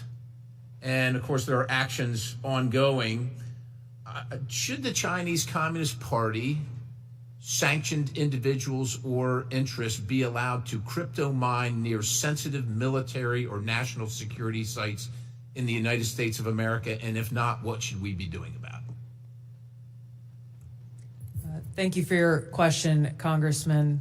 I'm not fully aware and up to date on the specific example that you've mentioned, and I'll go and look into that and get back to you further. Right. Absolutely. Look forward to having the conversation with you. Broadly, this is obviously a concern, that any of these activities occurring near or around any of our military sites creates that potential national security risk and the potential for foreign intelligence collection. I'm hoping it's a priority for everybody on the dais there. It is a priority, I think, for the American people, certainly for me. I want to move on in the time remaining with a related topic, which is the hundreds of incidents by predominantly Chinese students, oftentimes called gate crashers. So this includes the two gentlemen in uniform on the dais. I'm going to kind of point to three events that happened just last year. One in Grayling, Michigan. 5 Chinese students are charged for lying and concealing evidence. One in the University of Minnesota, where a drone flew over Newport News and took pictures of classified information regarding ships and classified systems. And then one at the University of Florida regarding the illicit acquisition and shipment of toxins, biomedical drugs, and research supplies to China. In these cases, or most of these cases, we encounter these people and then we release these people. As a matter of fact, in the case of Florida, apparently she found out that criminal charges were being prepared and she dropped out of school and her whereabouts remain unknown at this point. What should be our posture? Because we're trying to follow up after the fact. We're encountering these people, whether they're gate crashers or whether we catch them conducting this illicit activity. We try and prosecute. That takes a lot of man hours, as you know, Director Patel. Is this the best policy, or is there something better that we can do? I mean, the Immigration Nationality Act of 1952 gives the Secretary of State the authority to revoke visas. But should these people be allowed to come to this country in the first place is the question, and what should our posture be? Anybody? In terms of the visa issue, I know that the administration is working on a policy, but to directly answer your question, anybody who utilizes the student visa program to come to this country to conduct criminal activity should never be allowed in this country. And anyone that's doing it here in the United States of America from an FBI standpoint will be vigorously investigated and will use the expulsion or criminal process on them. I yield, Mr. Chairman. Gentleman yields. Ms. Plaskett. Thank you very much, Mr. Chairman, and good morning to the witnesses.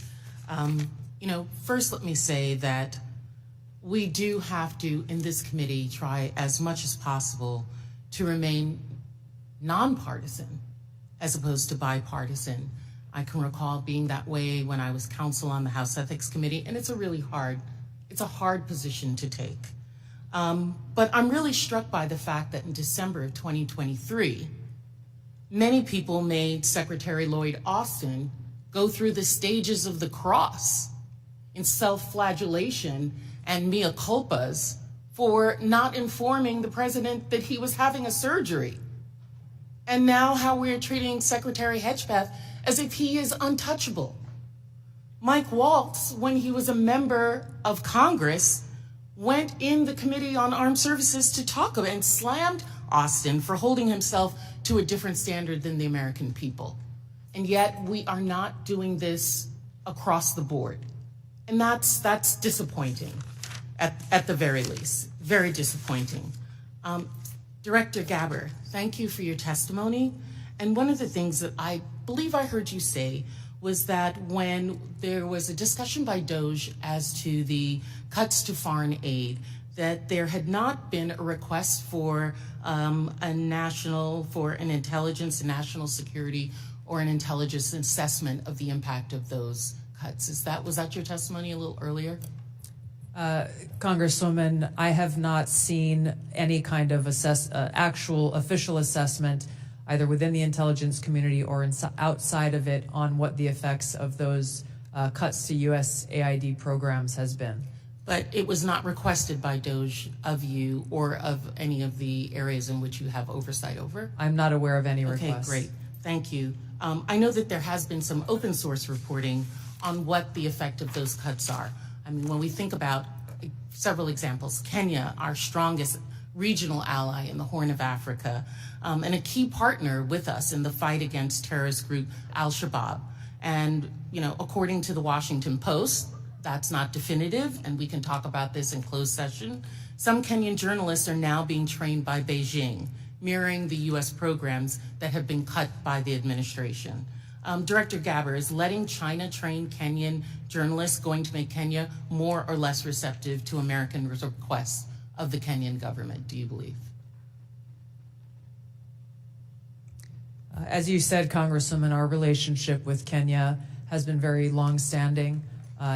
So do cuts of ours to train journalists in Kenya make them more or less, and Beijing having that make them more or less receptive? Clearly there is strategic competition taking place. I'll withhold my personal view to look at an official assessment. Well, I was asking for your director view, not your personal view. And then additionally, we have ended Voice of America, which provided accurate, unbiased news, in our opinion. Meanwhile, St. Petersburg University has announced that it's opened 11 Russian language centers across Africa that pay special attention to the promotion of traditional Russian spiritual and moral values. Director Gabbard, is Russia a friend or a foe? Are they our friend or our adversary? They are an adversary. Thank you. I believe that this reckless cuts make terrorism and our influence in Africa, which is on the front lines of terrorism, a real threat to us, and we need to be careful of it. Director Patel, One of the benefits of being here kind of in the middle is I get to hear other people's testimony and the questions that are asked. I know that Mr. Carson asked you questions specifically about the Counterterrorism Division. And we know that there has been some open source reporting that says that individuals within that division have been removed or been moved, not necessarily fired, but moved. Do you know if that is correct? I don't have any personal information on that, but people within the CTD component, which is a large component of the FBI, move all the time. And have they been moved? Are you able to get that information to us, whether they have or have not been moved? I'll go back to my team and see who has been moved. If you have a particular interest, we'll share it with you. Of course, we have an interest in Counterterrorism Division and movement of individuals within that. Because one of the other things I'm concerned about is you have stated, I believe in other areas, that the disbandment of certain sections of the FBI related to intel and breaking up components. Can you explain to us how you intend to do that or what you would like to do and why? My intention is to reprioritize counterintelligence authorities and cyber capabilities to focus on violent crime and national security, and that's what I'm doing. The gentlewoman's time has expired. Thank you. The gentlewoman from Missouri, Madam Ambassador, Ms. Wagner. I thank you, Mr. Chairman. I thank all of you for being here and for your continued service to our country. Director Ratcliffe, you have repeatedly stated that China is our top national security threat, and I agree. What was the biggest gap in intelligence collection toward China during the previous administration? Good to see you, Congresswoman. I think our collection against China as a hard target in the prior administration was lacking in several areas. I would say primarily in human collection and also with regard to the processing of open source information relating to China. I think part of that relates, Congresswoman, to the policies of the prior administration about treating China as a pacing competitor, I think was the word, as opposed to an adversary. So one of the things in my focus as CIA director, which carried over from my time as DNI, in seeing all of our intelligence, seeing that China is our greatest geopolitical threat, and focusing the CIA specifically more directly in all areas of our collection on China as a hard target. Well, and I'm grateful to hear you say the words open source. So as I hope that all of you may be aware, I am honored to be the chair of the new Open Source Intelligence Subcommittee for HPSI. It is the first time this committee has focused specifically on an intelligence discipline, I'll say. We established this subcommittee because private companies, researchers, and most importantly, foreign adversaries, as we speak, are taking full advantage of the explosion of commercially available information. HPSI has taken a stance that OSINT, open source intelligence, should mature as a primary discipline on its own accord. Director Ratcliffe, your agency kind of produces the lion's share, I'd say, of OSINT. Do you agree, sir, that open source intelligence should mature to be a primary discipline? Absolutely agree. So as you know well, Congresswoman, the CIA is the functional manager for OSINT, just as we are the functional manager for HUMINT across the IC. And OSINT, open source intelligence, reaches, frankly, policymakers as the most cited material in the President's daily brief as part of a long list of tailored production that we do. By a large percentage. But also, as you know, and as you've pointed out, Congressman, until recently, one of the greatest weaknesses with regard to OSINT was that the collection was so large that it was daunting for use by mission partners across the IC. So the CIA's open source enterprise pioneered the use of AI to triage that collection as it comes in. And what that allows us to do is to summarize collection from over 225 languages into English and to put that in the hands of policymakers again, showing that the CIA is focused on using technology to tackle some of the challenges to I thank intelligence you. collection. There is so much innovation in technology in this, and the investments being made across the IC to purchase data. But it appears to be in silos, to be perfectly honest, and lacking maybe an integrated approach. I believe that that is because there, frankly, is no clear lead for OSINT in the IC. And as part of my oversight responsibilities, I plan to review the various ways in which the intelligence community buys commercially available information to determine if there is a more efficient, cost-effective approach, especially when it comes to the taxpayer's expense. Director Gabbard and then Director Ratcliffe, can you, in my brief time, quickly share your thoughts on which agency should be the primary organization to manage OSINT and why? Thank you, Congressman, and thank you for your leadership in this area. I look forward to following up with you in detail, but the Office of Director of National Intelligence is tackling exactly the problem that you've identified, that we have multiple elements across the intelligence community essentially wasting taxpayer dollars by contracting separately to get after the same collection of OSINT and commercially available intelligence. So this is something we're actively working on and look forward to working with you. And do you agree with Director Ratcliffe that this should be a key discipline? Yes, I do. Thank you. My time's expired, Mr. Chairman. I yield back. The gentleman yields. Mr. Gomez. Thank you, Mr. Chairman. So I want to make a few things clear before we move on to other questions regarding the signal chat. Director Gabbard, yesterday before the Senate Intelligence Committee, specifically when answering Senator Kelly, you repeatedly said you did not recall any discussion in the Houthi PC small group discussing operational details, strike targets, the type of vehicles and military units involved, or the timing and order of strikes. Do you stand by your testimony from yesterday that you do not recall any of the discussions regarding this type of classified information? Yes or no? My response in the Senate yesterday, yes, I stand by that response. Obviously, the release of the screenshots that came from that chat group today were a refresher on what happened. As I said earlier, I was not involved with that portion of the chat, so it did not come to my recollection yesterday. Thank you. So I take that as you stand by your do not recall yesterday stance when you were asked those questions. You've been in office 43 days. Director Ratcliffe has been in office 62 days. This was considered the first major military operation using lethal force of the Trump administration. Was this the first? This was probably the first time that you've been involved with a discussion like this on a threat. It was not discussing. You were not on a group chat discussing where we're going to go for lunch. You're discussing putting men and women of the armed services in harm's way. That's a major decision. So, and when did that happen? 10 days ago?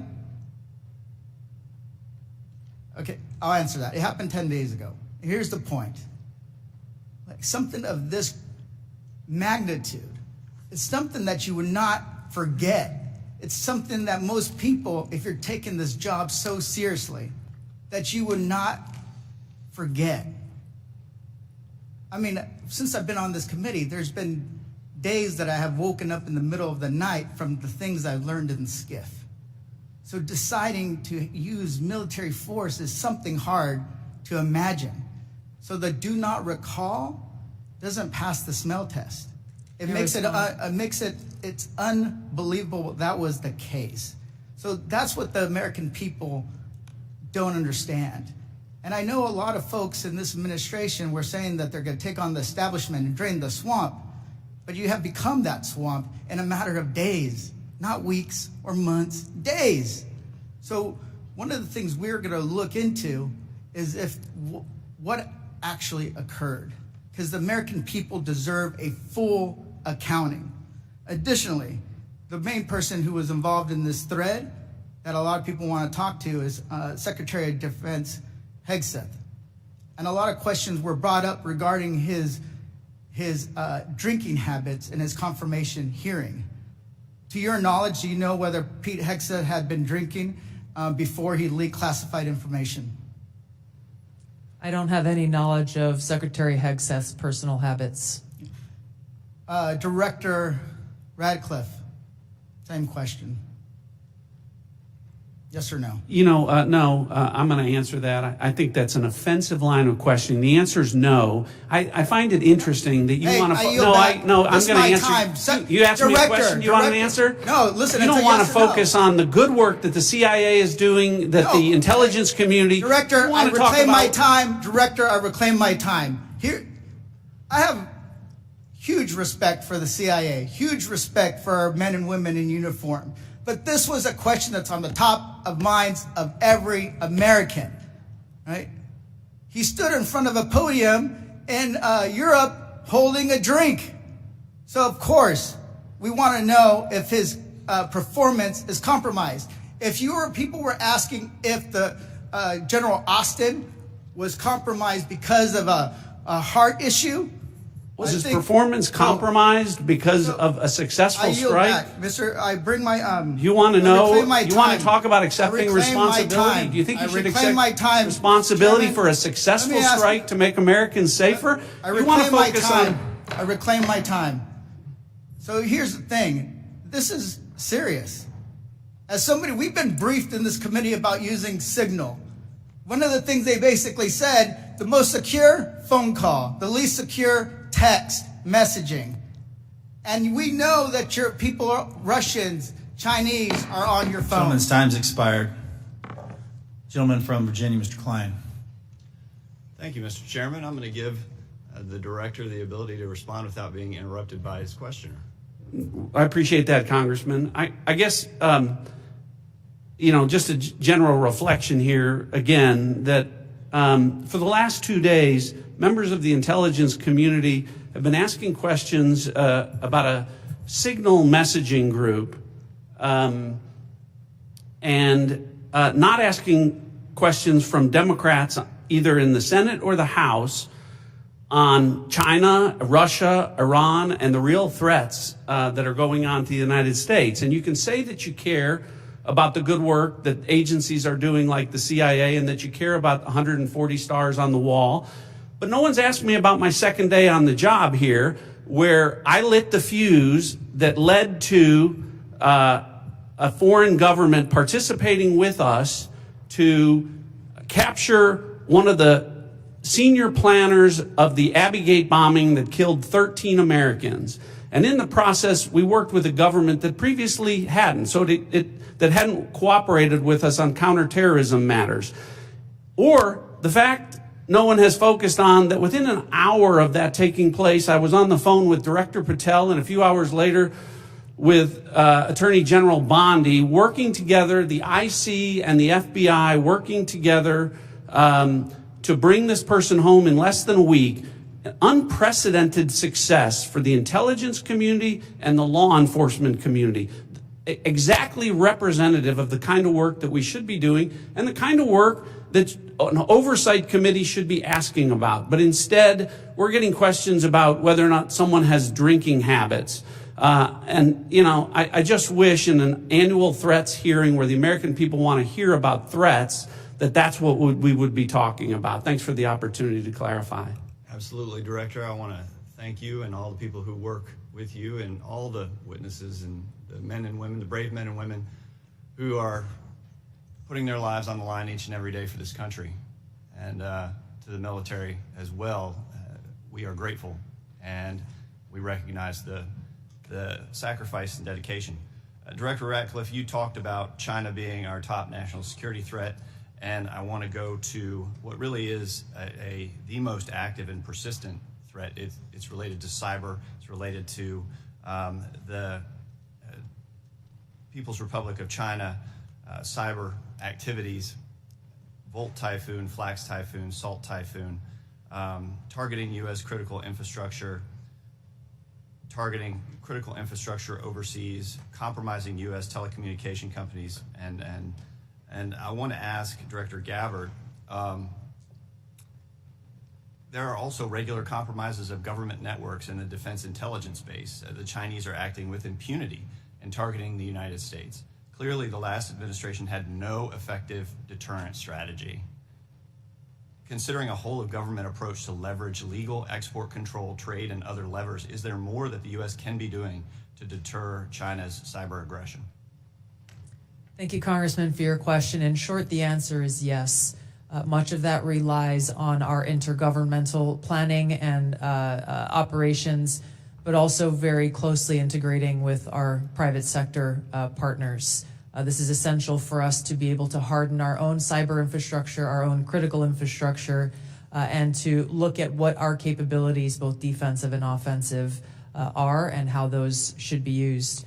If I may, Congressman, I'd just like to address Congressman Gomez's maligning of my reputation and not giving me the opportunity even to respond to his accusations. What occurred in that Signal chat was an update to National Security Cabinet members that was also issued around the same time as updates to our foreign partners and allies in the region. There were no sources, methods, locations, or names of targets that were included in that chat. The decision to conduct this operation had been made long before that conversation took place. I do take my responsibility very seriously and played an integral role in providing the intelligence community's assessments that led to the ultimate decision by the president to conduct an operation, which, by the way, was very successful and continues to be very successful. I was traveling at the time, and I was not playing a very specific role, as these chats reflect, in much of the conversation that took place there. Secretary Hegseth, in my experience, has continued to operate in the way that President Trump's confidence in him inspires, which is in the best interests of the American people and our war fighters and ensuring our national security. I think it's wrong to impugn him, especially at a point where he is not here to defend his own honor. Thank you, I Congressman. agree with your assessment and support for the Secretary, and I yield back. Gentleman yields. Ms. Houlihan. Thank you for the time, and I struggle, and if you look at my notes, I've changed my mind about 1,000,000 times what I'd like to talk about. I'd like to first start with Director Ratcliffe. I find it offensive for you to accuse me as a Democrat of not caring about national threats. I very much wanted to talk about those, in fact, had prepared questions in advance of this hearing about those threats, specifically about biosecurity and bioterrorism, but I don't have time to ask those questions because the threat is in the House. The threat is across the dais, and I need to ask these questions. It's my job to ask these questions of you. Because when I served in the military and I served in classified environments, had this happened to me, I would have walked my resignation in immediately.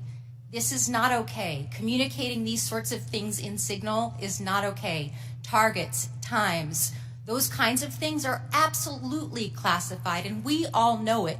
I know it, these people know it, you all know it. And the fact that we're having to have these conversations now means that I can't ask the questions that I need to ask about things like bioterrorism and biosecurity.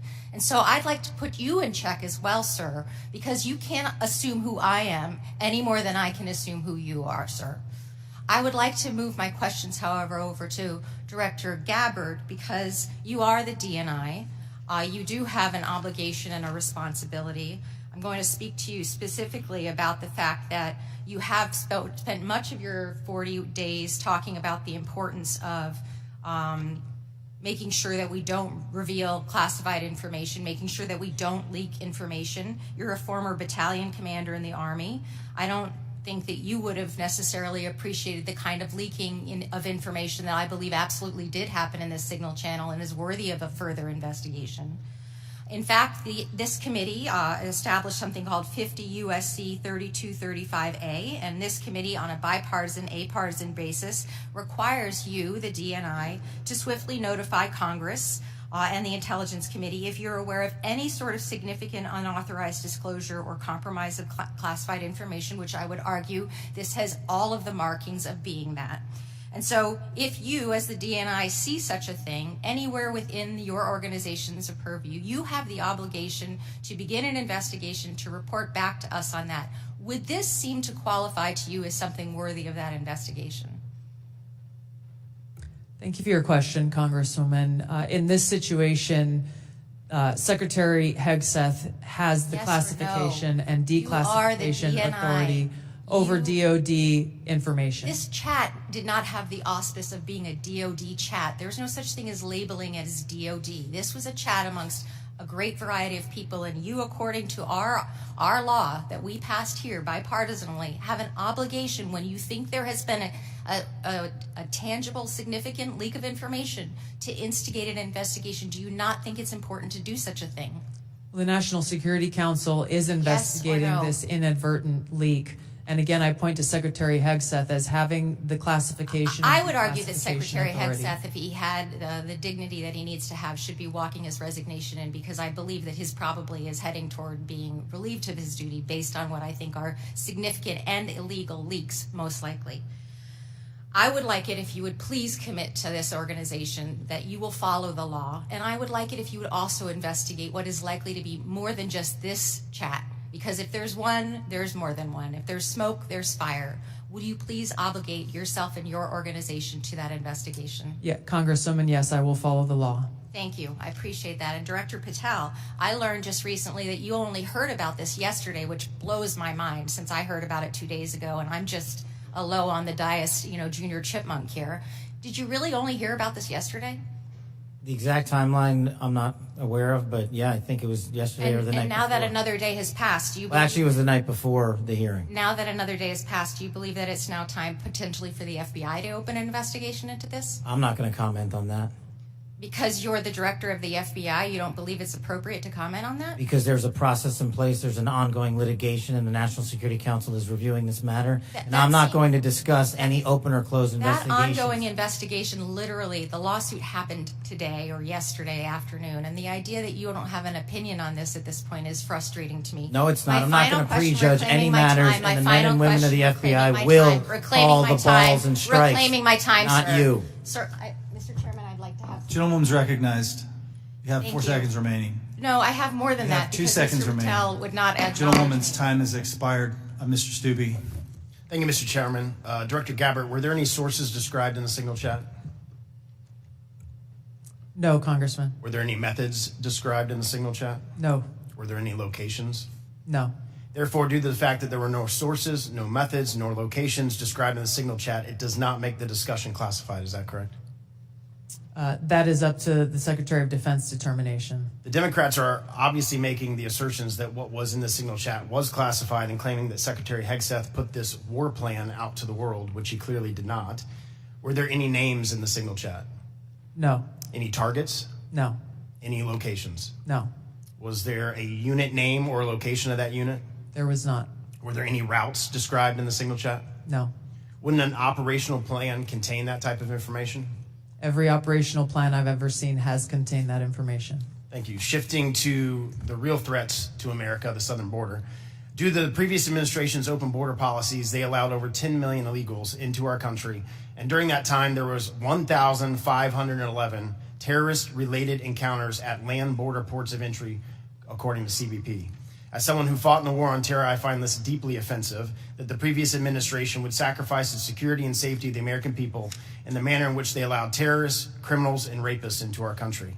In your testimony, you state, and I quote, based on the latest reporting available for a year-long period ending October 2024, cartels were largely responsible for the deaths of more than 54,000 U.S. citizens from synthetic opioids. A lot of those citizens are from my home state of Florida. Cartels, narco-terrorists, and other violent transnational criminal organizations have violated the territorial integrity and sovereignty of the United States and have also fueled human trafficking and the opioid epidemic that many of my fellow Floridians have witnessed for far too long. I applaud President Trump and his swift decision to designate the narco-terrorists and Mexican cartels as foreign terrorist organizations, and I want to thank each of you for making this a priority to fight against Mexican cartels, traffickers, narco-terrorists that have been responsible for killing hundreds of thousands of Americans. For every narco-terrorist and cartel member violating our sovereignty, poisoning the American people with fentanyl and other illicit opioids, know this, your days are numbered, and know that the full force of the U.S. government will soon address your atrocities once and for all. Director Patel, it's no secret that there is a growing presence of Mexican cartels operating fentanyl synthesis labs just over our border. Just last year, the CBP estimates that more than 21,000 pounds of fentanyl was seized at our borders. That is enough to kill more than twice the population of the world, of our country. What actions are you taking to strengthen the FBI's fight against illicit fentanyl within our borders? Thank you, Congressman. It's good to see you. We have made it a priority at the FBI because fentanyl and illegal narcotics kill an American citizen every 7 minutes. That is a national security crisis, not just at the southern border, but at the northern border. And the Mexican cartels, along with their illicit partners in the CCP and other adversarial countries that are doing harm, are not just taking the fight down south, but they're bringing it up north. So we need to be more vigilant as to what's coming in through our northern border as well. Known and suspected terrorists are flowing in through our northern border more than they are our southern border, I would say, because of the successes we've had in closing the southern border. But when it comes to specifically to fentanyl, we are making, to date, since January 20th, 383 kilograms of seizures of illegal fentanyl, which is enough to kill 29 million Americans. And other than enhancing border security measures, what would be the most worthwhile action the United States could take to eliminate the cartels and stop the flow of illicit fentanyl? I got one answer for you. They're making the precursors in mainland China, and we don't have the authorities to go after that fight there, and we need to take it head on. Because without the chemicals and precursors, there is no fentanyl, and they are moving that material around the world and into the United States too freely. Director Gabbard, I'd like to reemphasize the threat that our adversaries are exploiting via fentanyl and other illicit drugs that are entering our country through the border and poisoning millions of Americans nationwide. It's essential that all components of our national security apparatus are united in their efforts to protect the American people and our communities from such harm. Is there any reason to believe that the Mexican government isn't doing enough to finally eradicate the cartels and other transnational criminal organizations operating just over the border? Congressman, I can only speak from my vantage point, as was stated previously by Director Ratcliffe. We have already been introduced to and begun collaborating with our counterparts in the Mexican government. Could there be more done? I would say absolutely yes. I know that the Trump administration across his cabinet are looking at opportunities to be able to do that. And Director Patel just hit on this with CCP and precursors, but to what extent have we seen other malicious actors worldwide partner with the cartels to infiltrate and target the United States? Related to the production of fentanyl. Yes, ma'am. India is one of those countries that is providing some of those precursor materials as well as equipment. Thank you for being.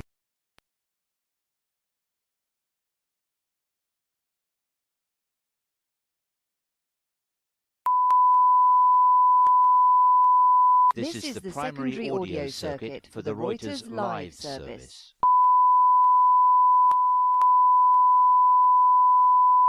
This is the primary audio circuit for the Reuters live service.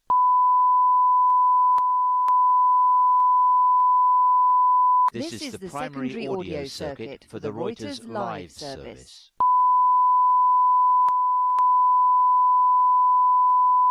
This is the primary audio circuit for the Reuters live service.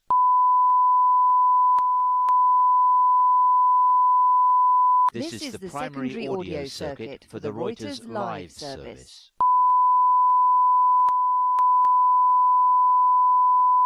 This is the primary audio circuit for the Reuters live service.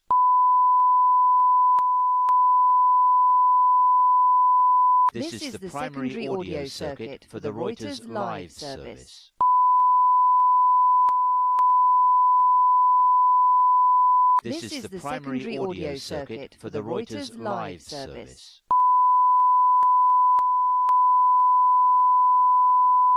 This is the primary audio circuit for the Reuters live service.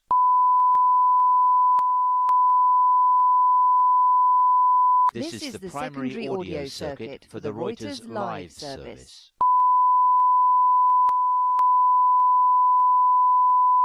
This is the primary audio circuit for the Reuters live service.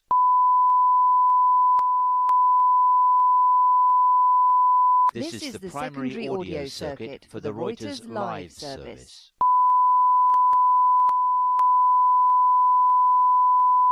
This is the primary audio circuit for the Reuters live service.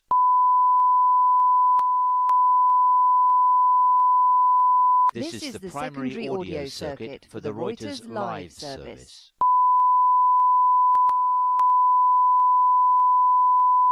This is the primary audio circuit for the Reuters live service.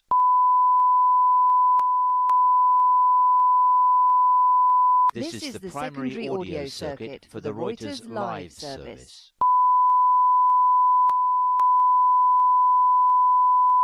This is the primary audio circuit for the Reuters live service.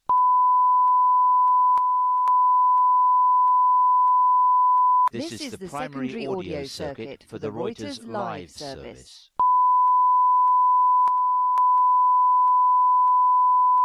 This is the primary audio circuit for the Reuters live service.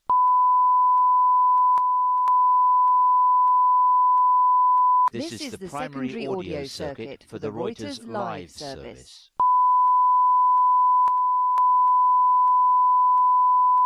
This is the primary audio circuit for the Reuters live service.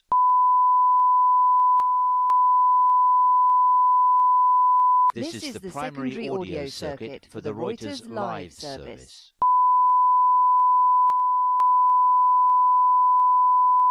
This is the primary audio circuit for the Reuters live service.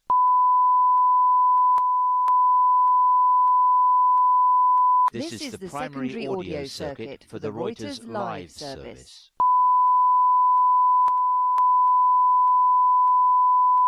This is the primary audio circuit for the Reuters live service.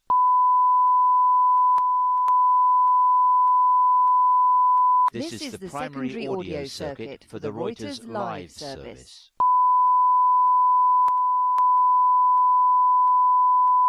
This is the primary audio circuit for the Reuters live service.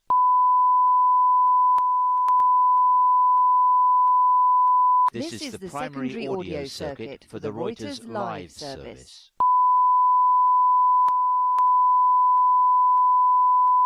This is the primary audio circuit for the Reuters live service.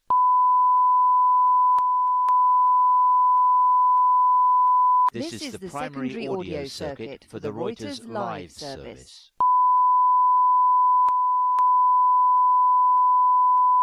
This is the primary audio circuit for the Reuters live service.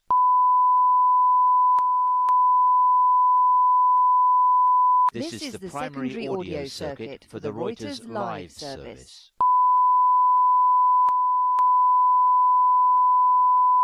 This is the primary audio circuit for the Reuters live service.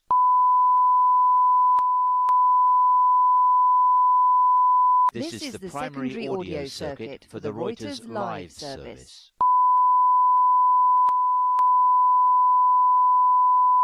This is the primary audio circuit for the Reuters live service.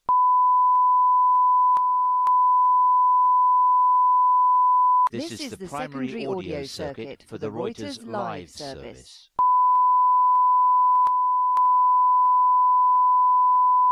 This is the primary audio circuit for the Reuters live service.